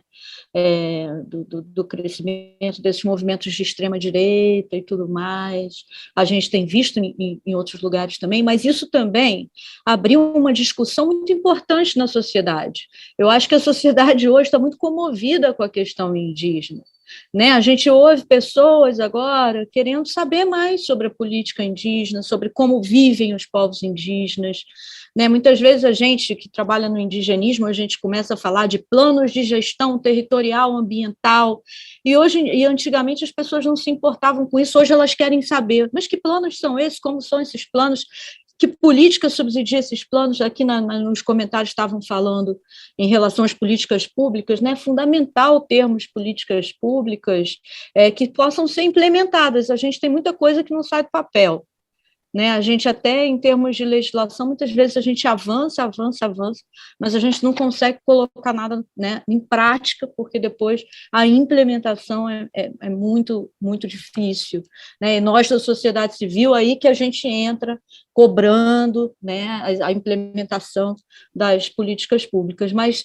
eu deixei meus contatos também para que a gente possa aprofundar. Quem tiver interesse em aprofundar, eu posso mandar várias matérias que já foram feitas, até podcasts que foram feitos pela Rede Waiuri, trazendo essas informações relacionadas à questão climática, né? Algumas fontes indígenas muito interessantes que já vêm falando também com jornalistas e com comunicadores sobre a questão climática que eles vêm observando na Bacia do Rio Negro. A Bacia do Rio Negro, que é um bioma muito preservado, né? A maior bacia de águas pretas do mundo, e a maior área úmida de importância mundial preservada do mundo, é considerado o maior sítio Ramsar, né? Uma área úmida muito preservada, é a região mais preservada da Amazônia, e se ela é a mais preservada da Amazônia, é graças às terras indígenas demarcadas lá e à presença dos povos indígenas como guardiões da floresta e sabendo viver dentro da floresta, fazendo o manejo do mundo, como eles dizem, o manejo perfeito do mundo, né? É isso, eu espero ter respondido, Matthew. Muito, muito linda essa frase, muito bacana. Muito bacana essa frase. Obrigado, Juliana. Respondeu sim. Eu tenho uma pergunta que eu acho que é para a Tzeporah, que de Nicolas Pazello. Ele pergunta se uma mudança total da matriz energética, quer dizer, também carrega um impacto negativo sobre a natureza. Tzeporah?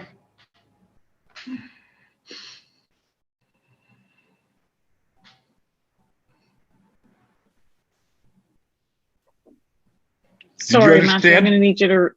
I couldn't hear that question. Could you repeat it? Yes, I can. Here's what I think it is. The question is if we change our energies, our source of energy, I think the idea is, does electrifying everything, which I think is what you're proposing, right? Does that have negative impacts on nature as well? Well, of course, the short and simplistic answer is yes. Everything we do as humans on the planet has an impact on nature. The question is, will it have less of an impact, and can we do it right? I think with a few principles, I think a few principles will help us guide the energy transition. First of all, I think it's really important to always remember that energy efficiency and consumption reduction has to come first. And if we do that, we reduce enormously the amount of energy that we consume, making it more affordable to live, which is critical right now, but also having to produce less energy. The numbers out there are astounding. And I think the most recent example was the IEA put out a 10-point plan of what governments should do in order to reduce by 40% how much oil use right now during Russia's war on Ukraine. I don't often actually agree with the IEA. It's quite a conservative body. But you might have to explain what the IEA is. I'm sorry. The International Energy Agency. But in this circumstance, they showed how certain laws and policies can dramatically reduce how much energy we use, around how much insulation we use, or even around speeds. I know with my work on shipping and climate change that if ships just reduce their speeds a certain amount, then they can cut oil use almost in half. If ships use a different paint on the hull, they can cut oil use significantly. So first principle, use less. Energy efficiency has to be first. Secondly, I think a principle we have to look at when we look at right now what kind of energy we use and what kind of infrastructure we're building is the fact that We can negotiate all we want, but how much carbon is trapped in the atmosphere is actually not negotiable. That's physics. And so while mining and production of renewable energy and electrification of transport is going to have environmental costs, right now the greatest cost is carbon being trapped in the atmosphere. We know today we're already at about 418 parts per million of carbon trapped in the atmosphere. And for communicators, I think it's really important to note that if we talk about it as a blanket of pollution that is smothering the earth, that works. It works in polling across multiple jurisdictions. People can see and imagine it. So that's what is physically happening now. Carbon is trapped in the atmosphere. It's blanketing the earth. It's smothering the earth. And every ton of carbon at this moment matters. That is our priority over anything else, because at the point that we hit, there's a certain point that we're going to hit that there's so much trapped in the atmosphere that we start to have feedback loops. We lose so much sea ice, etc., that we just absorb more heat on the planet. And at that point, climate change can tip out of control.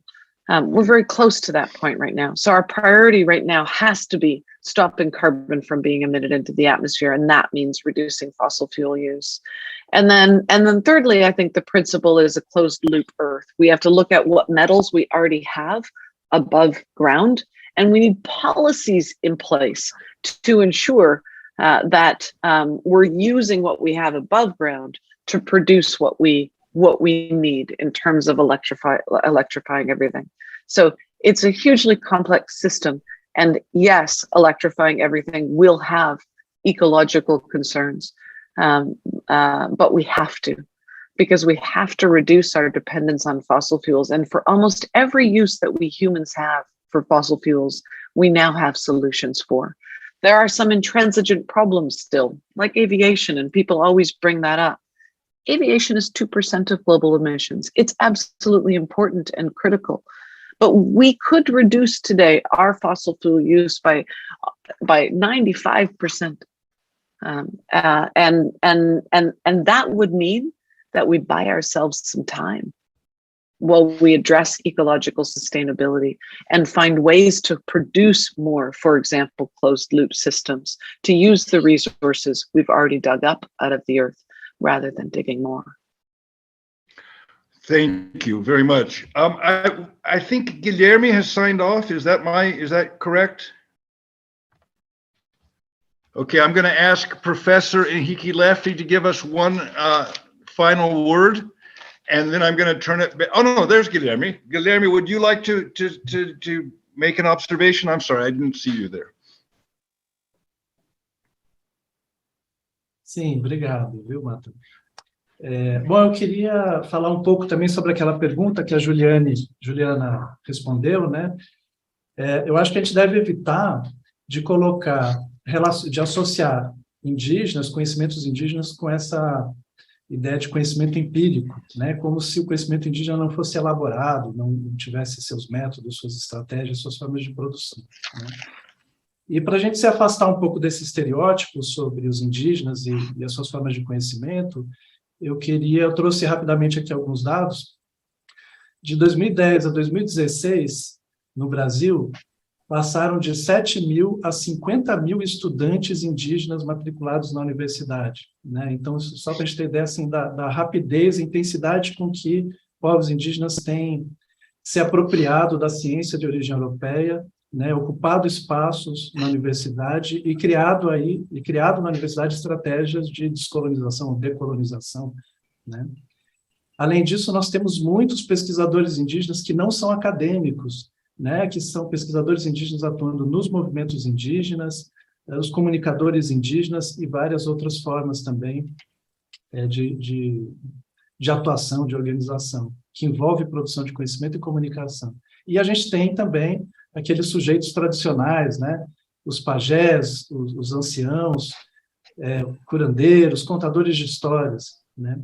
Então, toda essa diversidade de produtores de conhecimento indígenas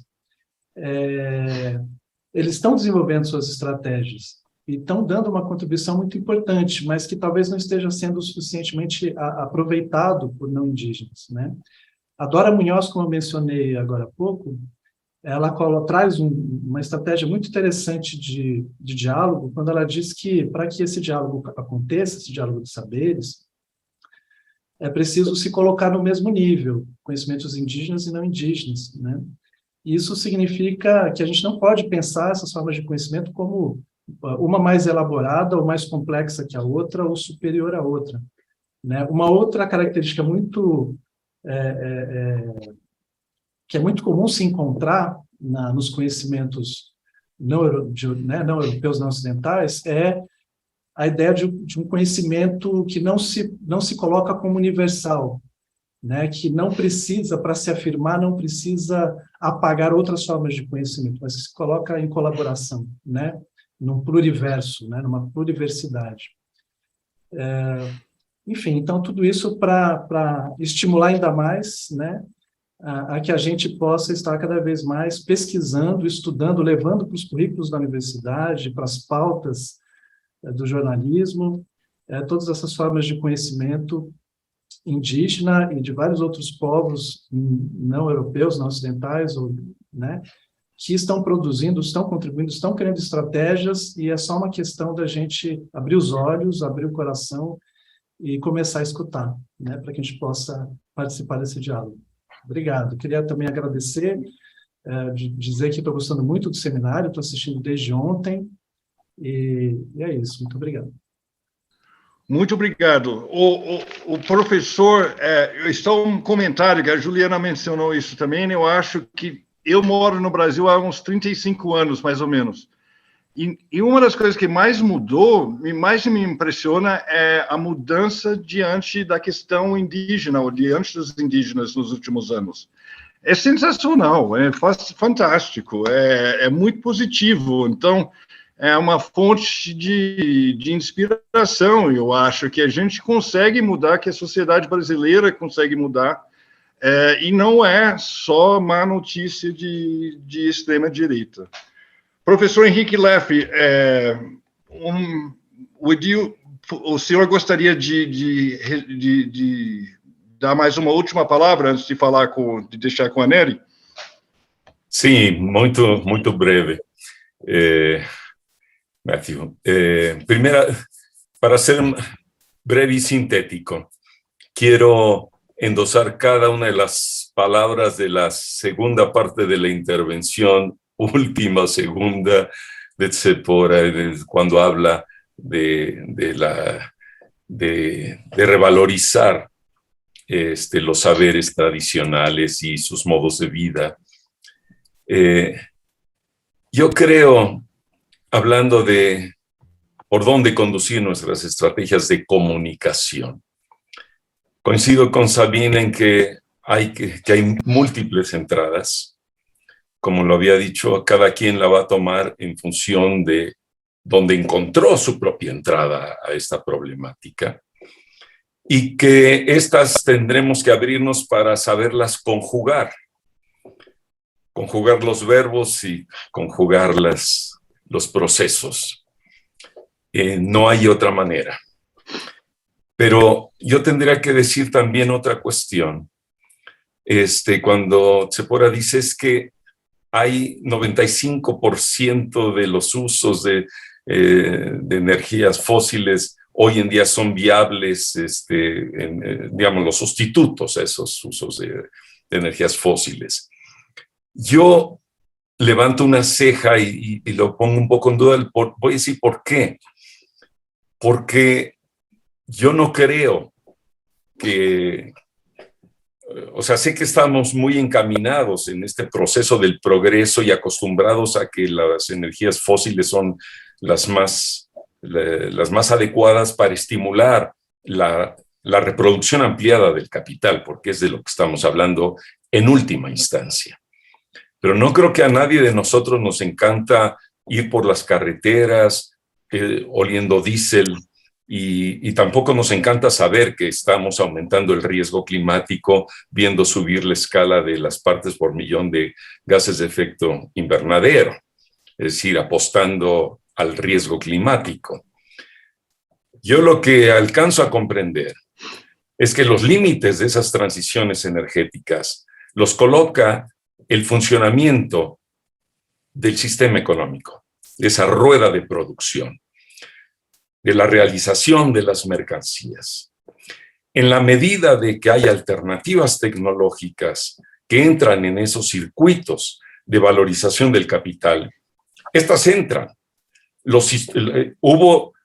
Por eso fue exitoso el protocolo de Montreal, por eso se pudo pues enfrentar el problema del hoyo, ¿cómo se dice?, de ozono, ¿no? Del agujero de ozono, porque las soluciones tecnológicas comerciales fueron viables.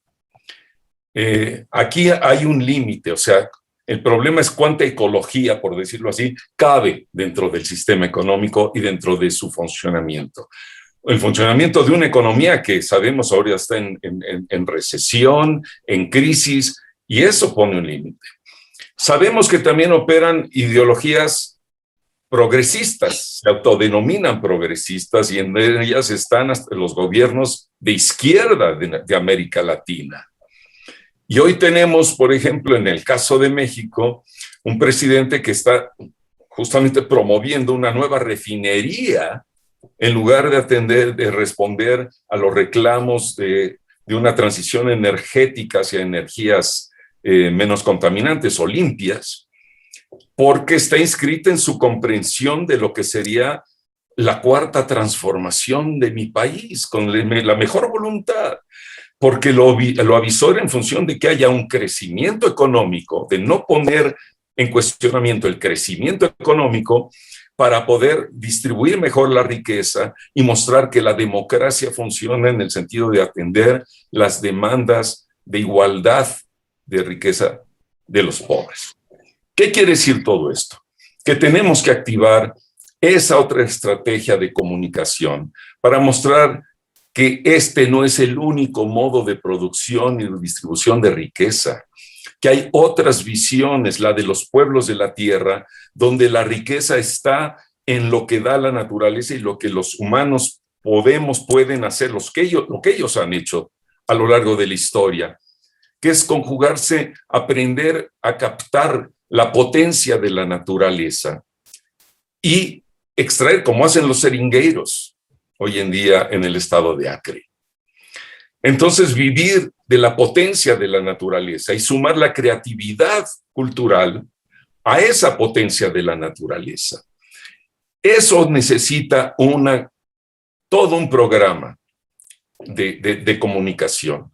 Yo diría, un tratado de proliferación de los saberes tradicionales, que venga a contrarrestar los tratados de no proliferación de la energía nuclear, de no proliferación de los recursos fósiles, es decir, que venga a mostrar aquello que ha quedado invisibilizado por toda esta caja negra de racionalidad que domina nuestras mentes y la de los jefes de Estado y muchos cientistas. Hoy todavía está viva, digamos, una sociología progresista de la modernización reflexiva, donde piensan que los pueblos tradicionales, los pueblos originales, los pueblos indígenas están en vía de extinción y que eso no es un problema porque es parte de la dinámica normal del progreso civilizatorio. Bueno, descolonizar esa idea. O sea, una estrategia de comunicación para la descolonización de esos saberes que han colonizado las mentes de los tomadores de decisiones, hoy en día creo que es todavía más fundamental que estas emergencias que están marcadas hasta el 2030. Y no minimizo ni un poquito la importancia de reducir las emisiones de gases de efecto invernadero y del no consumo de recursos fósiles. Pero creo que estamos hablando de un cambio civilizatorio que lo que implica radicalmente es deconstruir la historia y poner un freno a este proceso expansivo del capital.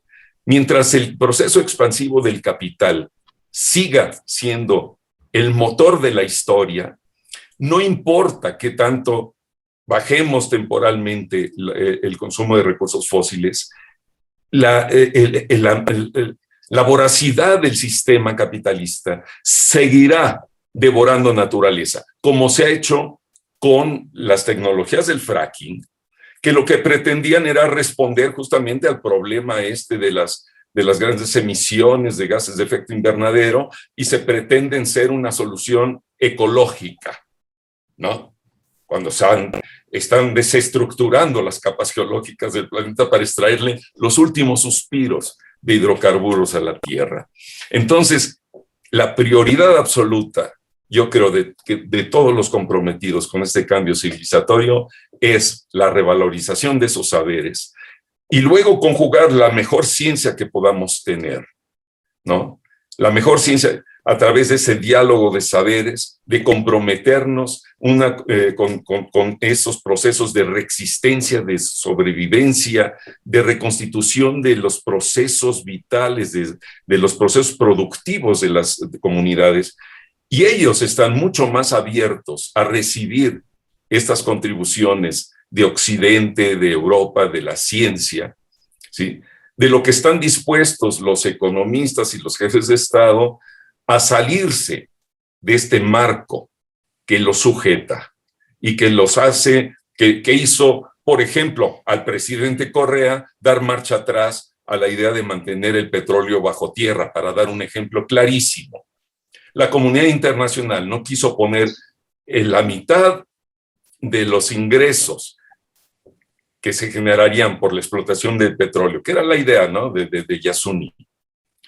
Y entonces, como no respondió la comunidad internacional, Correa pues se corrió del asunto, en lugar de tratar de aglutinar en ese momento a una población ecuatoriana muy sensibilizada sobre el tema para operar este cambio cultural, este cambio civilizatorio. Entonces, ahí se necesita una gran estrategia de comunicación, valorización de estas otras ideas, de estos otros procesos sociales que son los que llevarán finalmente a reducir las emisiones, y no nada más las emisiones de gases de efecto invernadero, sino a reducir la escala de intervención del capital sobre los recursos limitados de la biosfera, porque finalmente ese es el punto crítico. Muito obrigado. Nery, você queria encerrar?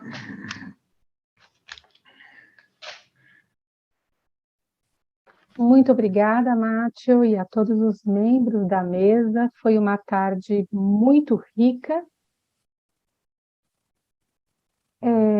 Eu acredito que essa mesa deixou muito claro algo que foi comentado ontem e aqui novamente, que é a importância da reunião das diferentes formas de pensamento. Estamos diante de um problema que tem uma temporalidade inédita, com a qual os seres humanos têm pouquíssima habilidade para lidar, e teremos que tratar desse problema tanto nas suas raízes físicas quanto nas suas raízes sociológicas. E a compreensão da amplitude disciplinar do problema é fundamental para que nós possamos superar a catástrofe em que nós já estamos vivendo. Então, eu agradeço muito, acho que as contribuições foram todas muito ricas, e eu acho que se tivéssemos tempo para ficar aqui mais 2 horas, seria perfeito. Foi realmente muito inspirador, as pessoas aqui no chat estão agradecendo, estão todas muito recompensadas por esse encontro. Eu gostaria de lembrar aos presentes que o evento continua amanhã.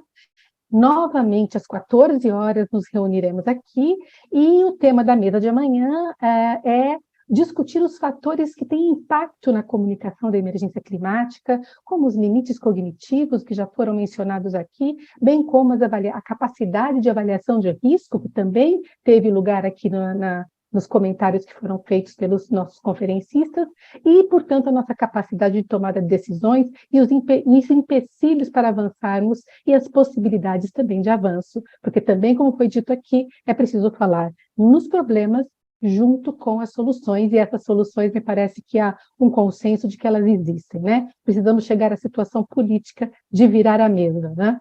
Muito obrigada a todos, estou realmente muito contente em tê-los encontrado, foi uma honra ouvi-los, uma boa tarde, uma boa noite a todos. Abraços.